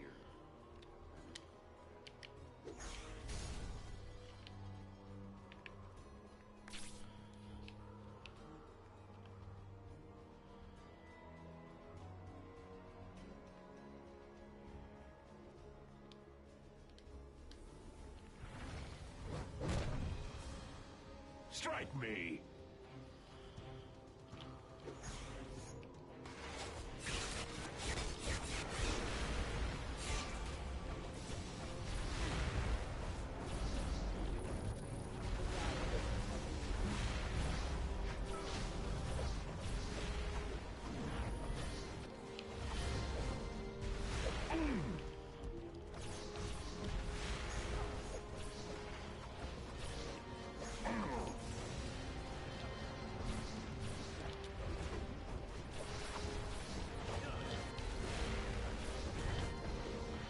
Well, you're lucky you can use weird characters for your names. On the US servers, we can't do that. On the US servers, no weird names allowed.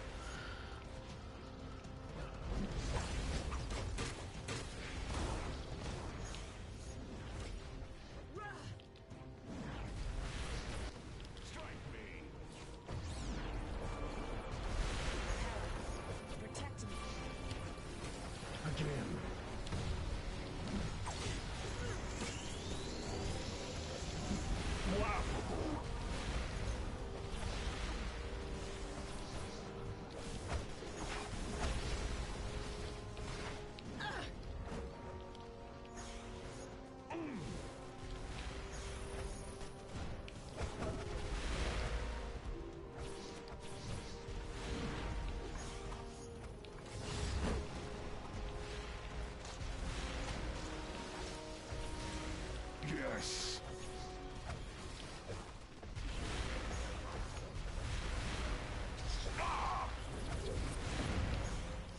You'll regret that.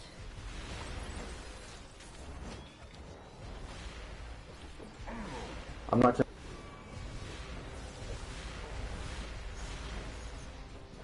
Strike me. Feel the thirst for war.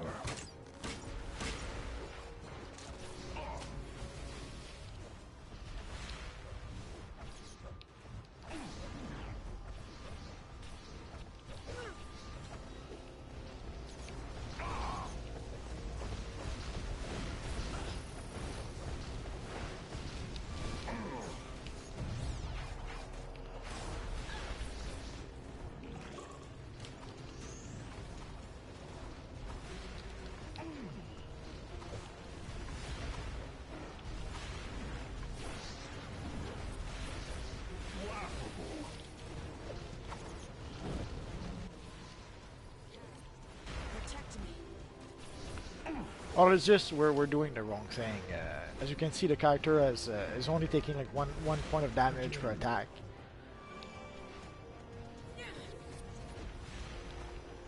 I'd reconsider.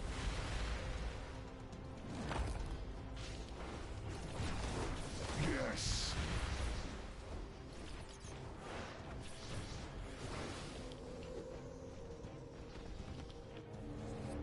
Feel the thirst for war. Now, you'll pay. Strike me. You'll regret that. Laughable.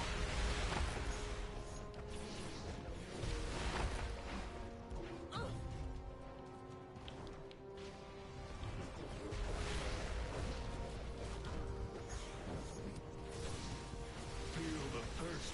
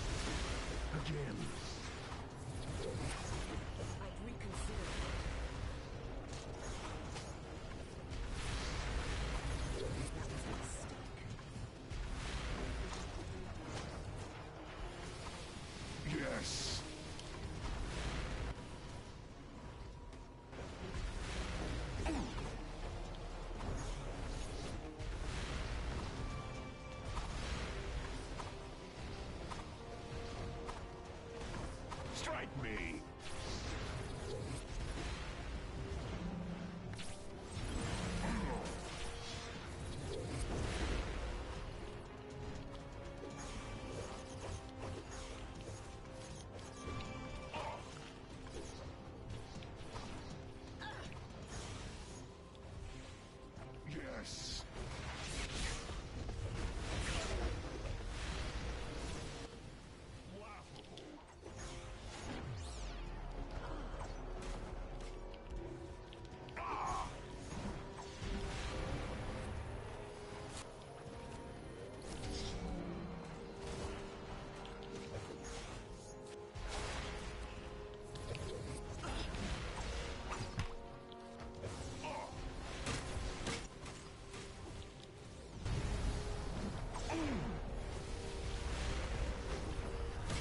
Probably yes.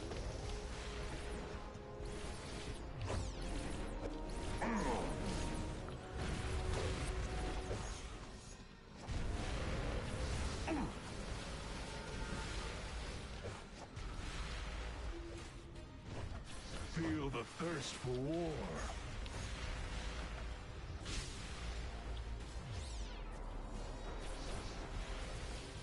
Again.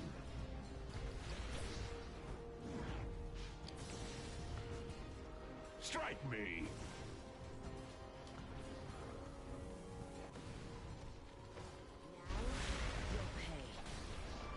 Laughable.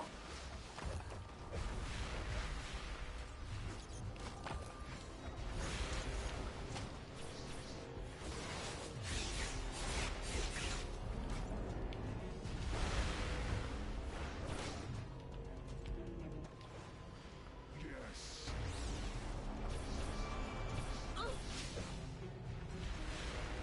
Strike me!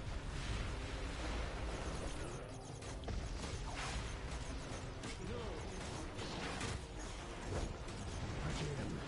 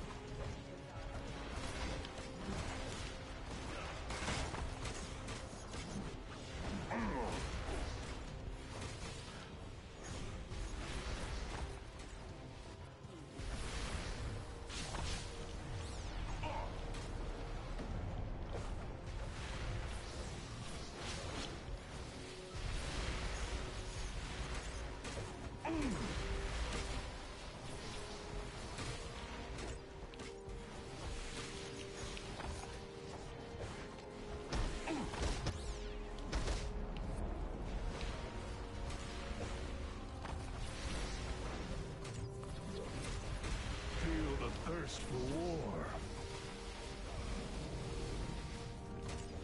Feel the thirst for war.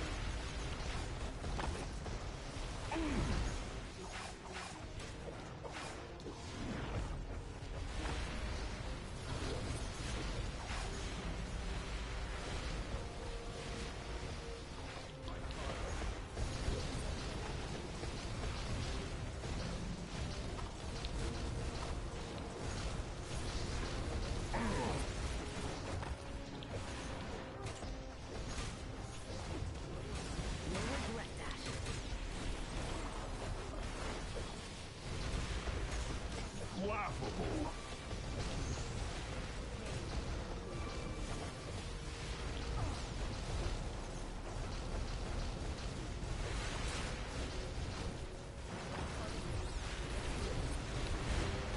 Strike me!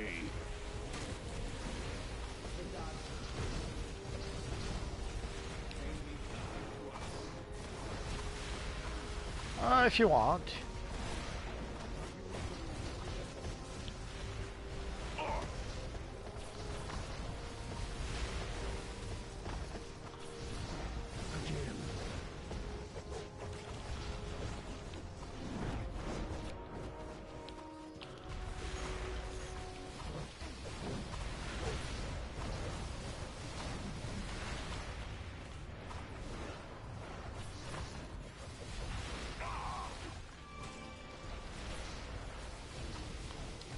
Oh, the Essence of War is almost done. Yes. Oh yeah.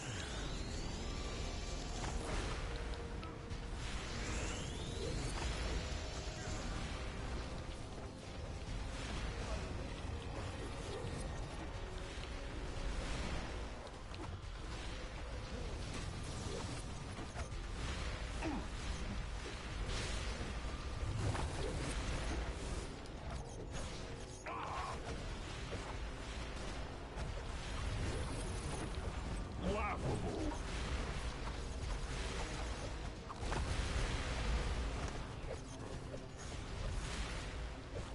Again.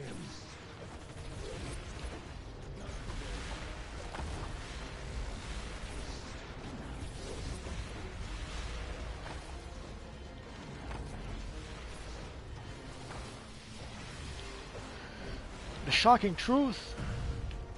It can't be that shocking. Strike me.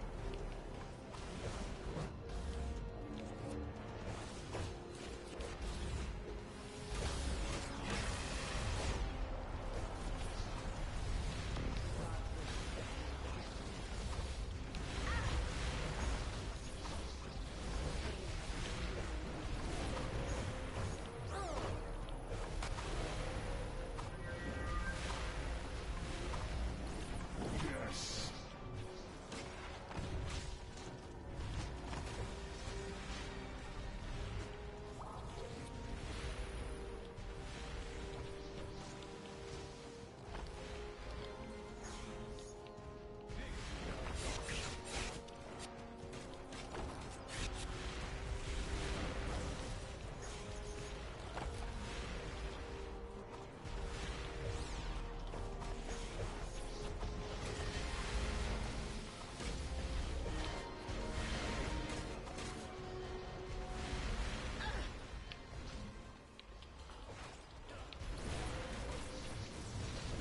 Feel the thirst for war. Well, it's challenging because obviously people don't really know what to do or how to do it.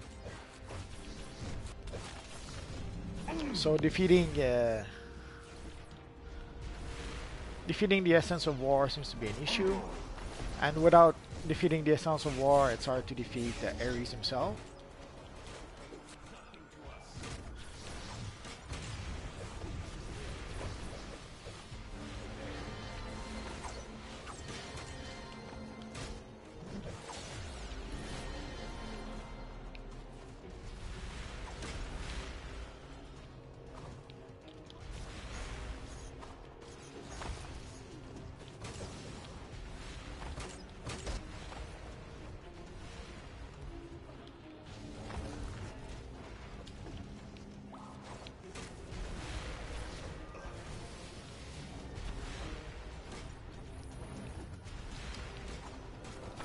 Like, it shouldn't be that big of a challenge, but sadly within a group of 8 players, anything can happen. And anything does happen.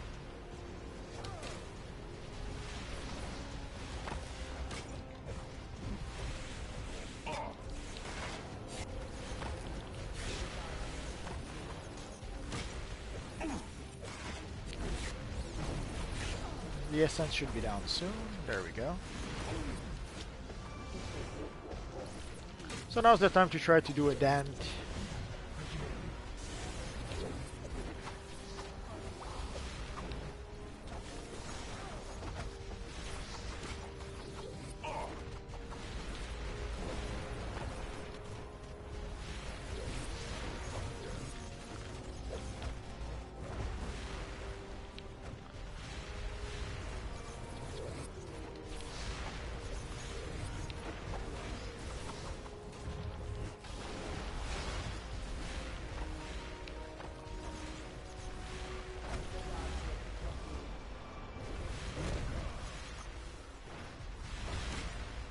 Laughable.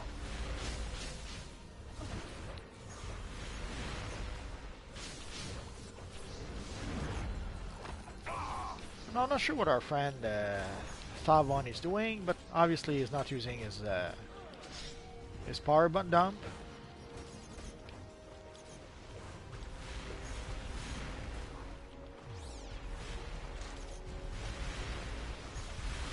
Yes.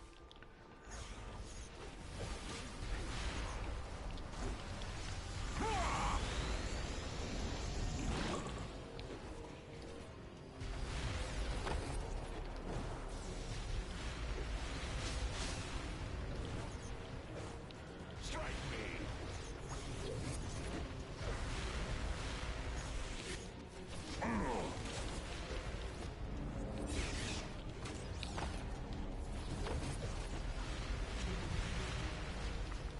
Feel the thirst for war.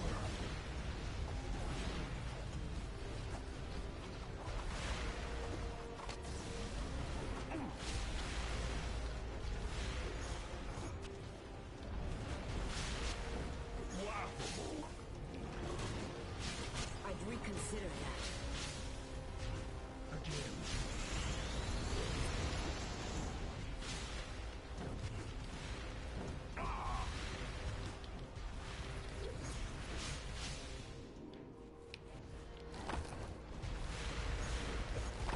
Feel the thirst for war.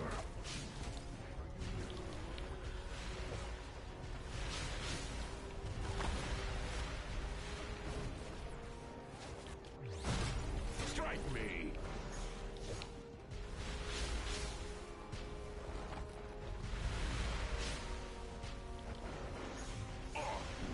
Might be. I'm third.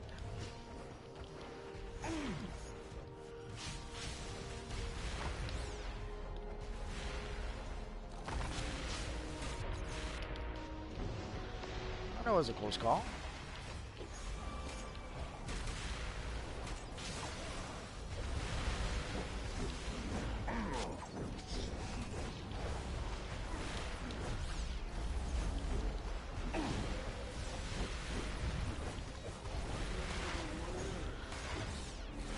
That was a mistake.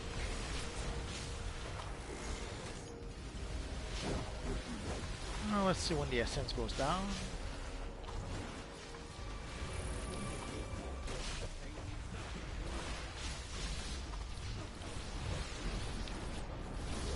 Yes.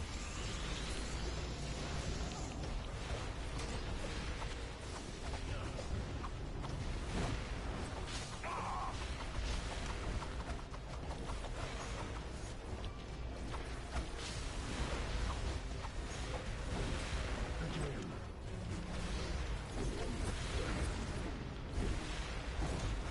Feel the thirst for war.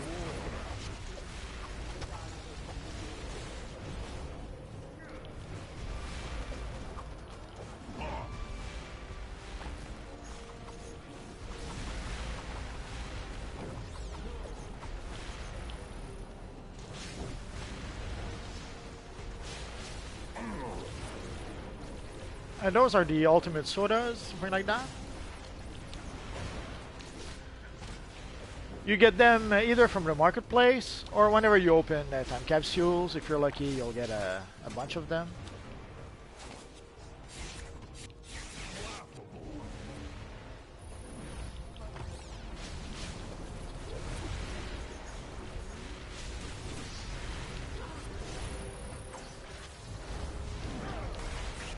I'll shoot a soda in just a bit.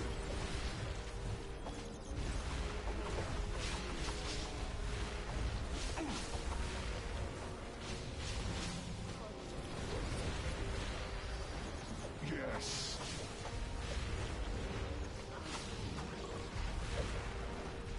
Foolish mortal.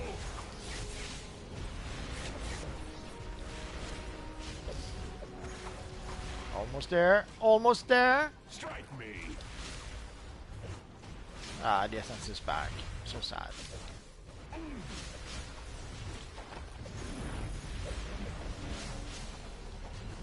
Again.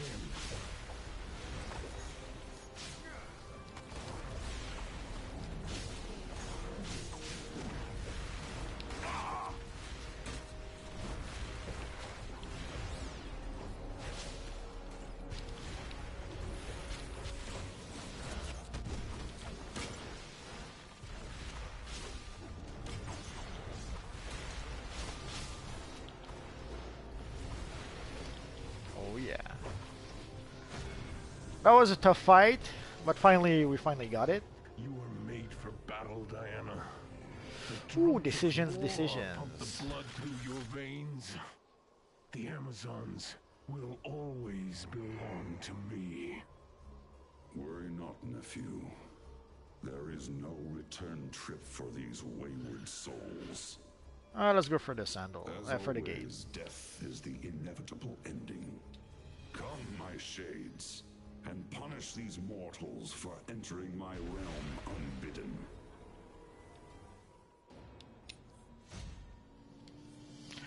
For the sodas, let's show you. It's the Soda Cola Ultimate. It gives you your 100% of your health and power back, and it boosts a bunch of your stats as well.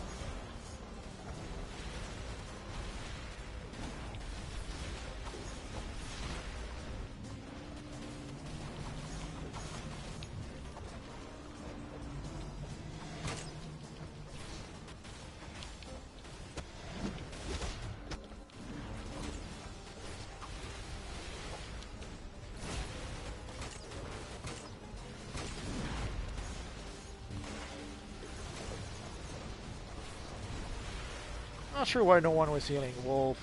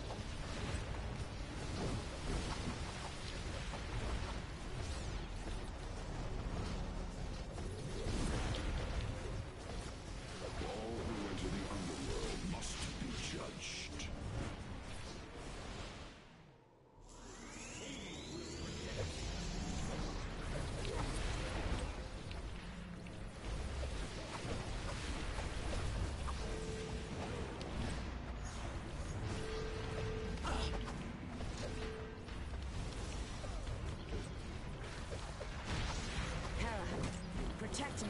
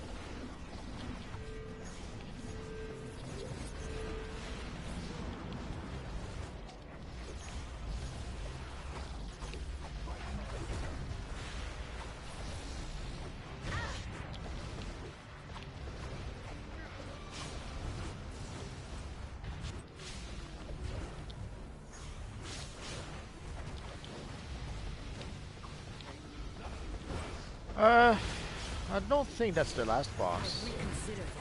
But yeah, it has been a while.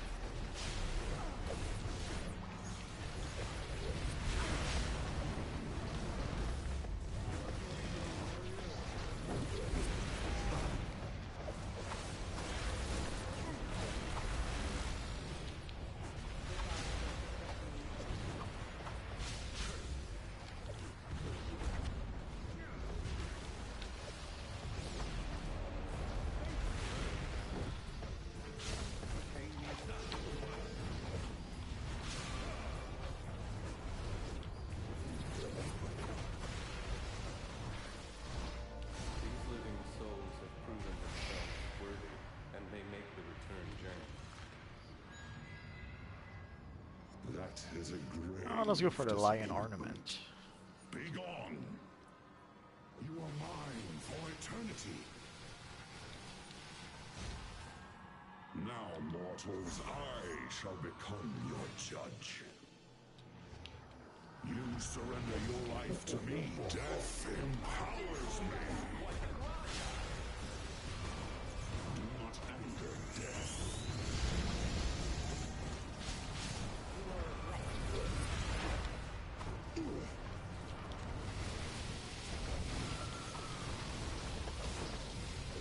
Meaningless. Oh no!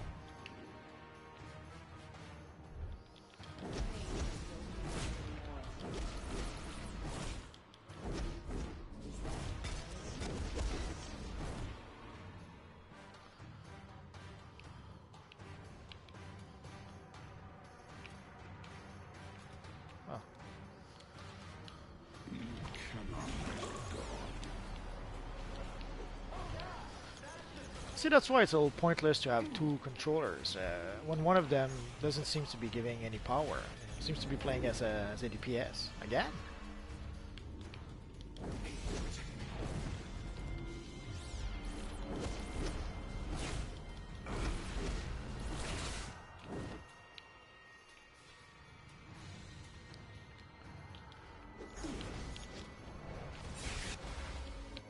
As each of you fall, I become more powerful. You'll regret that.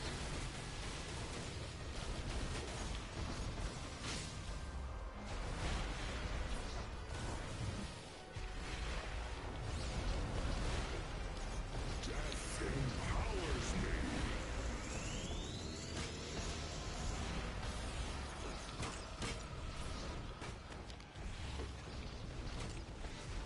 You earned my wrath.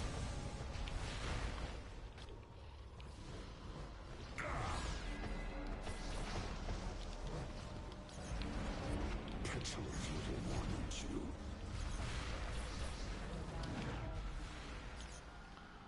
Petulant little one, aren't you?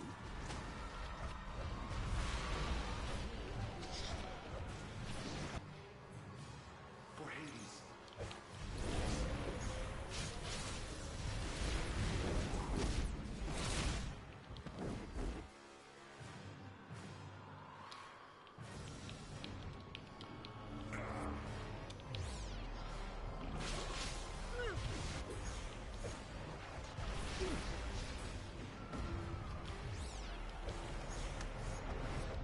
Meaningless.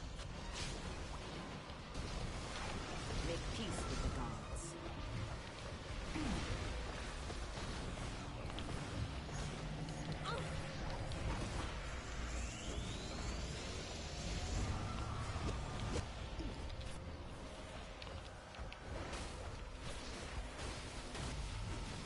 You've earned my wrath.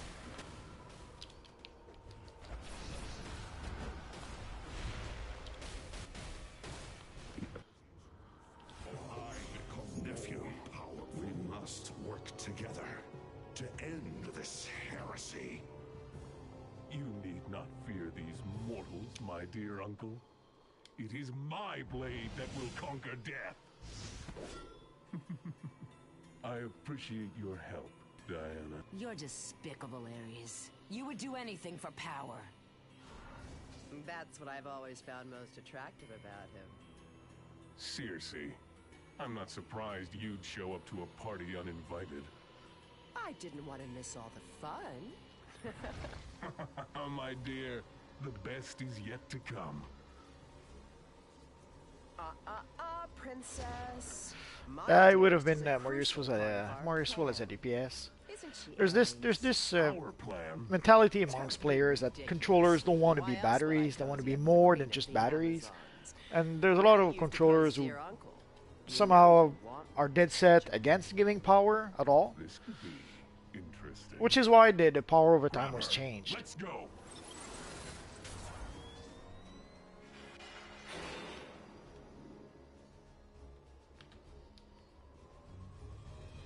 I've had enough of this. I will move heaven and earth to rescue my mother. and I know you've got my back. Aw, I was in top DPS. I'm so sad now. As you can see, our friend Thavon barely gave out any power at all.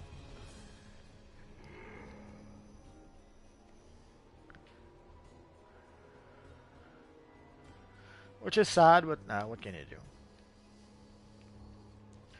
Which is why often people wonder why I prefer to be a solo controller, even in 8-player missions.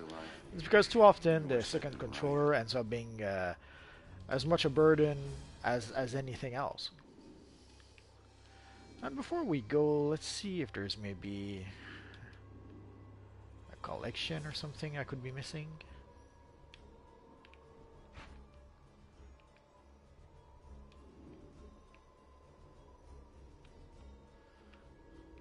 Oh, I hear something. Ares, Circe's relationship with Hippolyta gives me pause.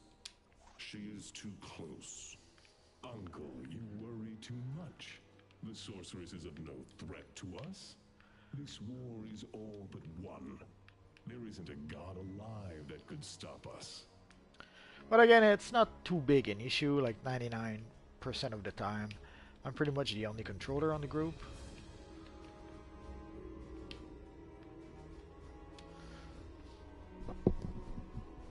I am next to be judged.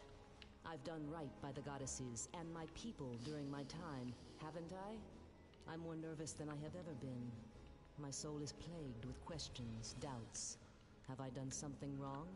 Have I done enough right? What will my past reveal to the judges of the underworld? I am relieved beyond imagination. My judgment went well. Standing before the 3 judges, I was anxious but hopeful. And I was not found wanting. I am now off to the Elysian Fields, where I can return to the duties that I enjoyed while I was with my people on Themyscira.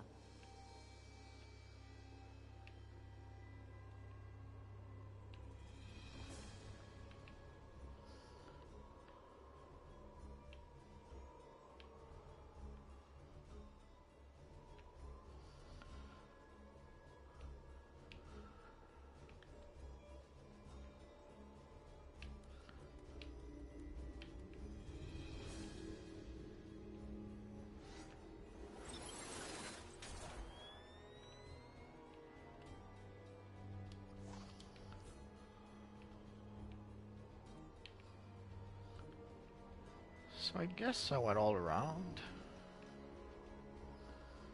just to be sure.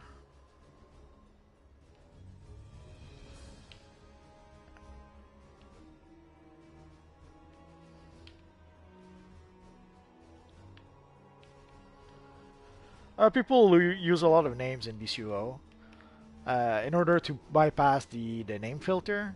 So what I'll do, like a common thing that a lot of people will do, is that they'll let's say they want to be Fire Dude, and they somehow the name isn't available. Then they'll try Fire Dude in other languages.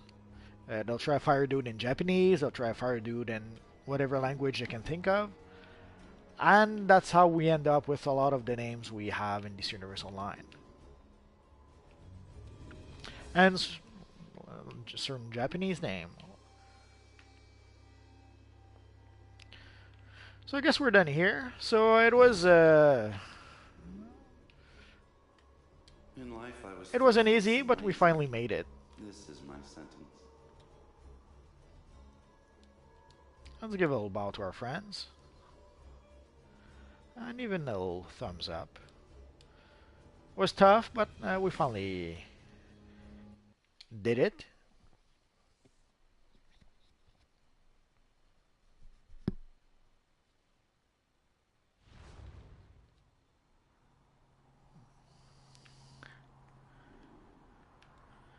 So I'm not sure if I was done here. Well, let's make sure.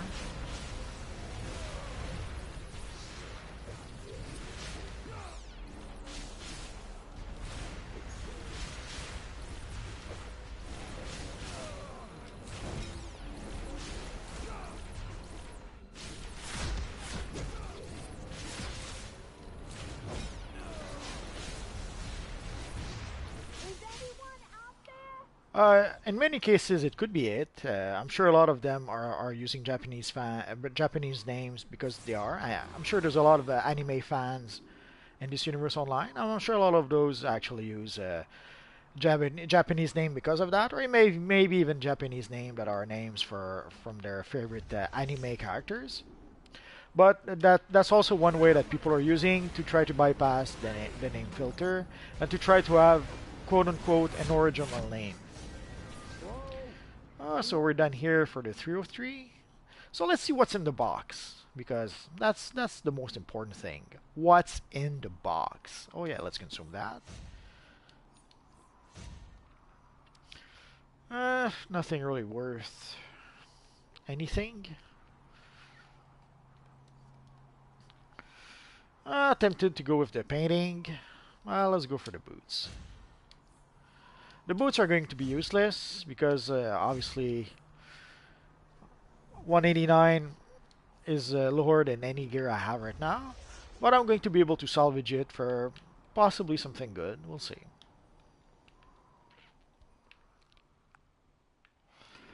And I think we're going to be able to purchase one more piece of gear. So I already have the head, the mask, not yet. So it's going to be either the shoulder piece, the back piece, the hands, the rings, the belt, and the belt only for the look. That would be nice. The pants, or the boots. How much are the shoulders again? 65.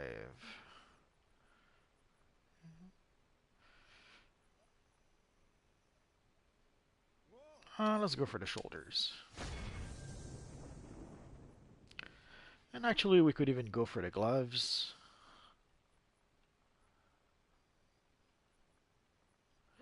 The belt would be tempting, but I only need it really for the style.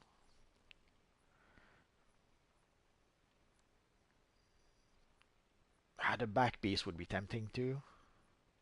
Let's go for the gloves. What the heck?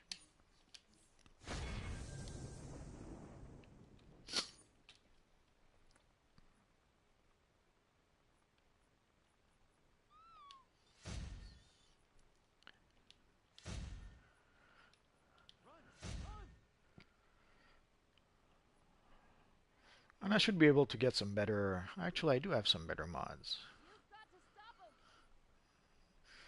This one will do for now.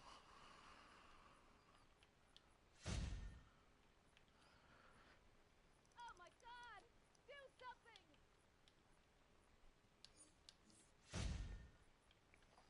It's a bit of a waste, but it'll do for a while. So let's go back to our base because we're done here, I think.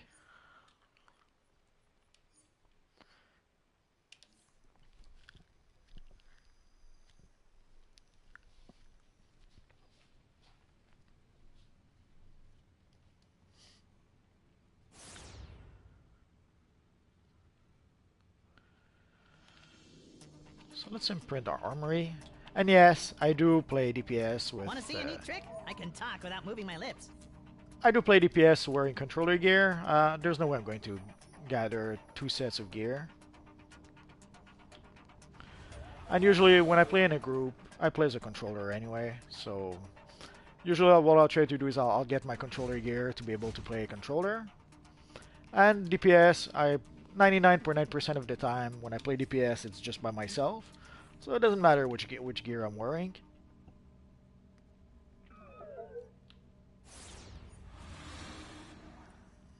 Oh yeah, the game is worth paying for. Yes, it's sad that technically this Universe Online is doing what you could call double dipping. They're charging you a subscription for the game, and even if you pay a subscription for the game, you still have to purchase a whole bunch of stuff that is not included in your subscription. So they're charging a subscription and they're pretty much expecting you to pay for a lot of other stuff. Like if you want to have a teleporter in your base, it's $10. $10 extra that you have to buy to purchase in the marketplace. Uh, a lot of the styles, like the emblems, a lot of the new styles, you have to pay to open time capsules to get those. Yes, technically you can get those without actually paying, but they're pretty much the incentives are pretty much there for you to actually pay. Like yes, you could decide to just open the time capsules you can open for free, but it'll take you quite a long time. So you pretty much are expected to buy at least a few stabilizers, at the very least a few. So there's a whole bunch of stuff that you have to pay extra, even if you're already paying a subscription.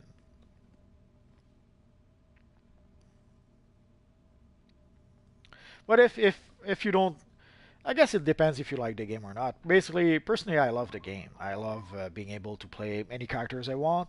I love being just flying, being able to fly around. Like sometimes, well, let's do it right now because we can. Let's go to Metropolis and let's go to the Superman statue because why not?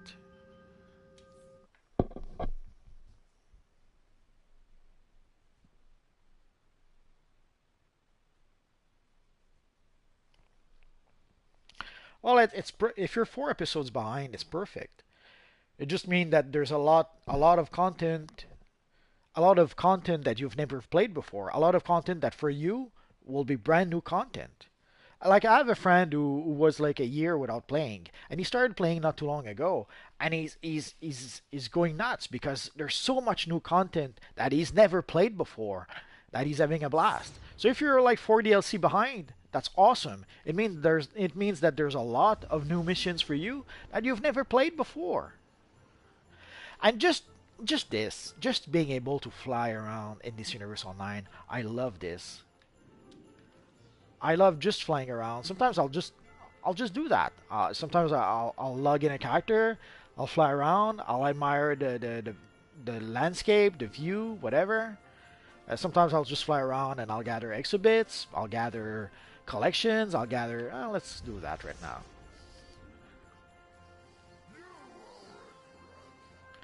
I heard a voice that I haven't heard in a while, and today is the day. Where is it?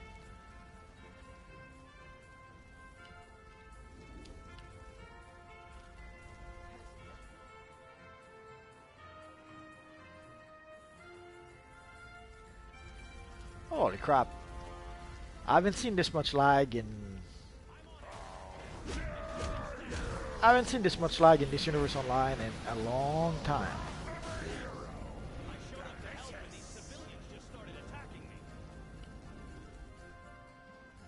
That is heartbreaking. It reminds me of oh, there it is. That's the guy I was looking for.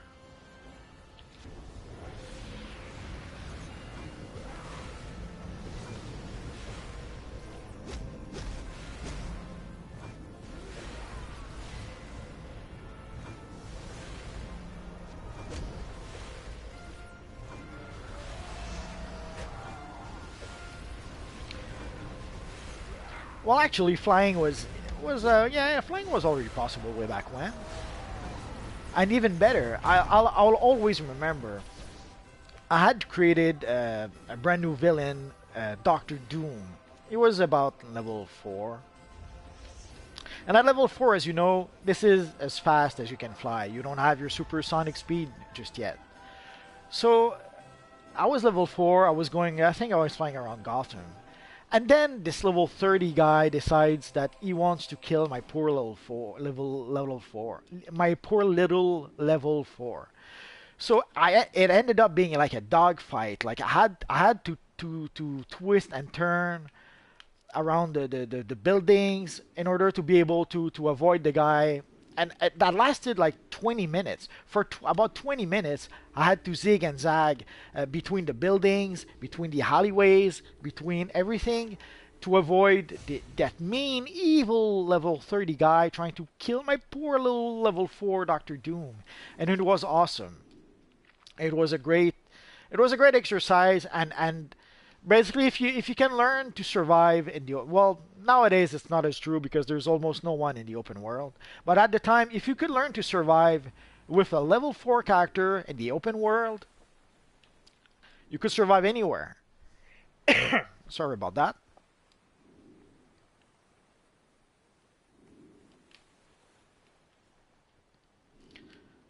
So if you could go into the open world way back when with a level 4 and manage to escape all the evil enemies who were trying to defeat you, like sometimes just zigzagging between buildings was enough to try to stay out of, because basically what I had to do to try to survive with my level 4 was to get out of range, to get out of his line of sight so that he could not target me with whatever spell ability that the character had. And it was glorious. It was awesome. It took me 20 minutes to finally shake him off. But once he finally gave up on trying to kill my poor little level 4 and I was able to escape, it was an awesome feeling. I kind of miss that sometimes. And at the time, in order to play in the open world, you had to do what I always say is that you had to grow eyes on the back of your head. You had to develop some sort of spidey sense in order to be able to avoid the evil villains or the evil enemies that would try to kill your poor little level 4 character. But that made you a much better player. That made you that really helped you that really helped you learn about situation awareness and being able to keep track of what everything is around you and be always keeping an eye on the open world, the mini map, to make sure that no one was trying to gank you. So just being able to fly around like this in the open world, that alone for me, that's worth it. That there's no other games that afford me the liberty to be able to do that. That was the most disappointing part of Marvel Heroes. Like I remember when I went into Marvel Heroes, and flying in Marvel Heroes is pretty much a little more than just this. Oh, not here. Like this is flying in Marvel Heroes, and your character is never more than 1 foot. And this is flying in Marvel Heroes. Like your character is flying like 1 foot above the ground, and that was it. That was so disappointing. I was a little heartbroken when I saw that. As opposed to the freedom that we have in this universe online, with a pretty big open map, and with allowing you to fly. Oh, there's our friend Larfleeze. In case you don't know, there is a feat to see our friend Larfleeze. Larfleeze is all over Gotham and all over Metropolis. So whenever you find him, it works towards 1 feat. You have to find him like 12 times on 12 different days during the Christmas seasonal.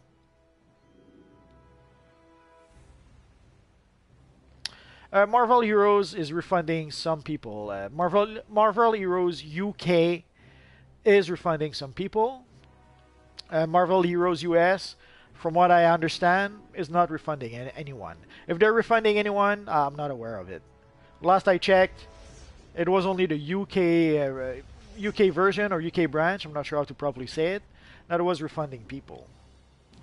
But again, just being able to fly in this universe online, that alone is priceless. And even playing as an acrobat, the way you can climb over on buildings, the way you can glide around, and as a speedster, being able to run around as a speedster, being able to run on buildings.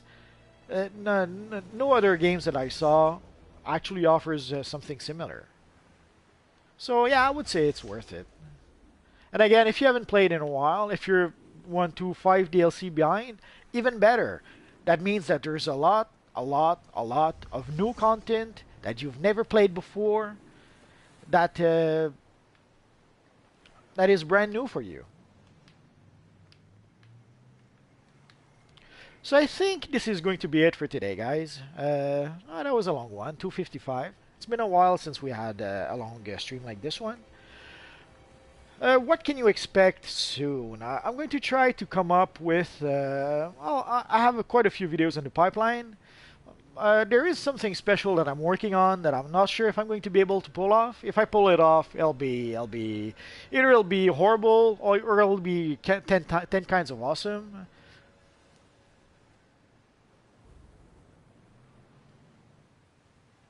As for the population for the game, it's not the game that is not populated, it's the PvP open world. There's basically there's almost no one in the PvP open world ever since they blocked the option to be able to create your character straight into the PvP open world.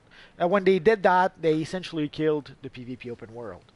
Because now, if you want to be in the PvP open world, you have to switch using the phase shifter, and for some reason, 99% of the players don't do that. They create the character in the PvE open world, and they stay in the PvE open world forever. Even in some cases, when you suggest to them, sure, Zod, give me your riddle. Even in some cases, when you suggest to them, go to the PvP open world, because there's people who complain sometimes that there are some missions that they cannot play because people are griefing them. And when you tell them, well, just use the phase shifter, go to the PvP open world, and there's so few people in the PvP open world now, no one will grief you. But even when you give them a good reason to go to the PvP open world, they still don't want to switch. People create their characters now on the PvE open world, and they remain there until the day they'll die. So that's why there's almost no one in the PvP open world now. People just stay in the PvE open world. It's sad, but that's how it is.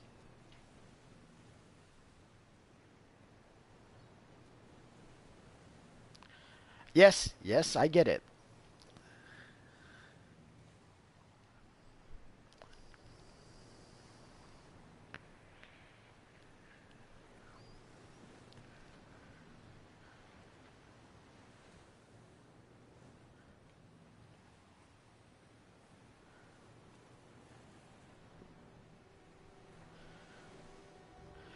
A man with power, but without a voice. A man with money, but no riches. Who am I?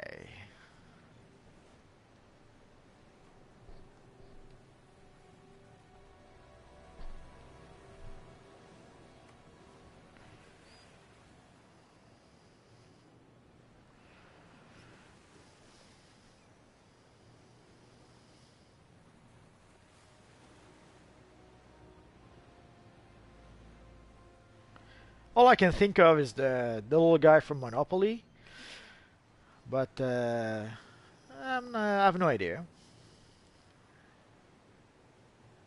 Power without a voice. Riches, but money, but no riches.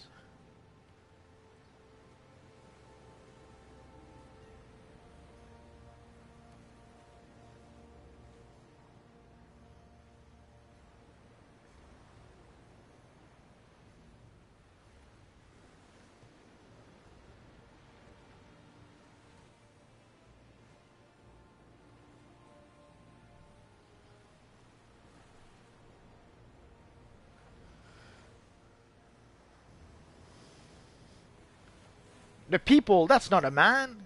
Nah. The emblem is not shouldn't be that expensive. Let's go take a look. We'll end the video with that. So let's go to the broker.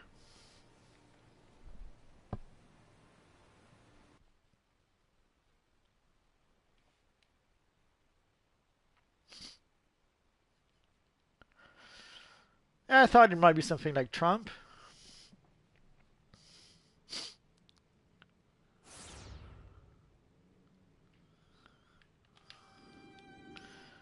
But the people, I'm not sure about that. So let's see the Ultraman emblem. Actually, let's take a look at a few things. Because why not? We're here.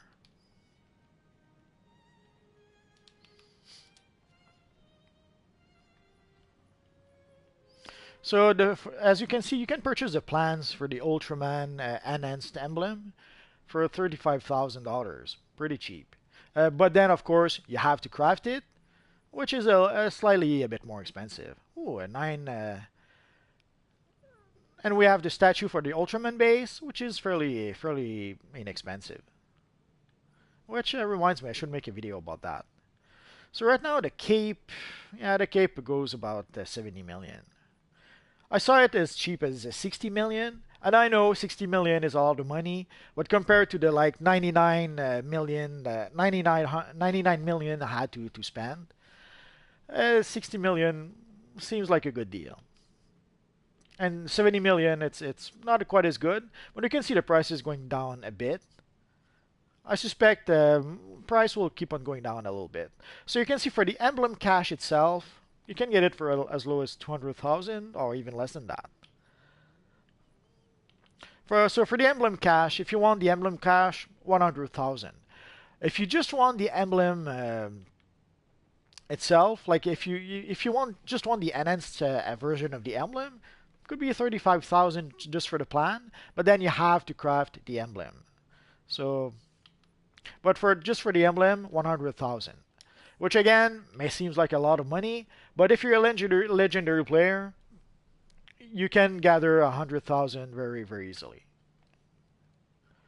So, and the version I have right now, that's the enhanced version of the emblem. Actually, let's take a look at what do we need to craft. No, what do we need to craft this version?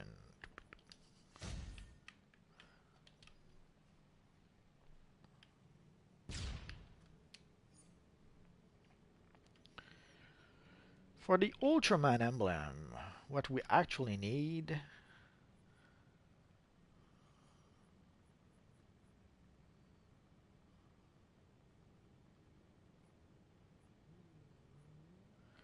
I'm not sure why sometimes the order is different. There might be something I'm doing wrong.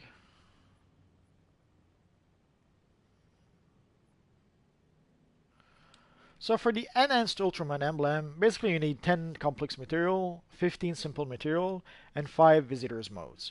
So that would be the most expensive part to purchase if you want to have the enhanced version of the emblem. Now let's take a quick look. How much are the visitor modes right now? Oh, a little too close.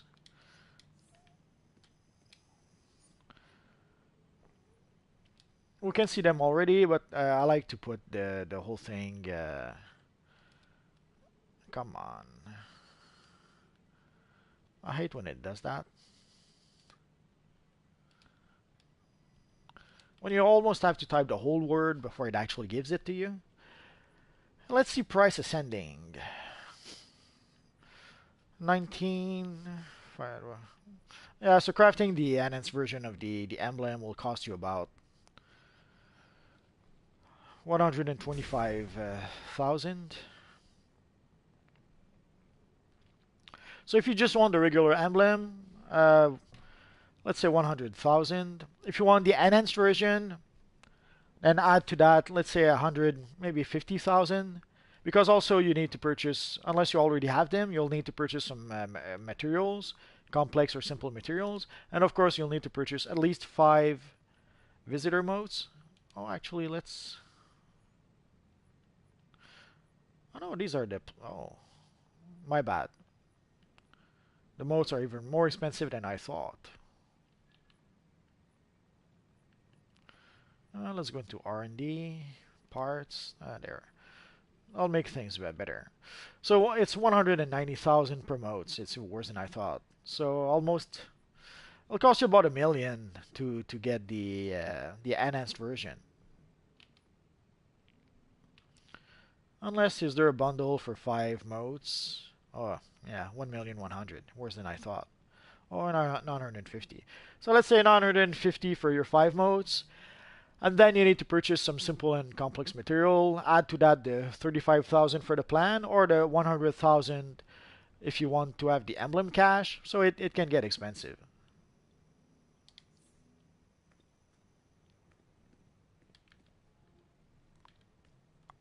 So that's going to be it for now, guys. So as always, thanks for watching, and hopefully I'll see you guys next time.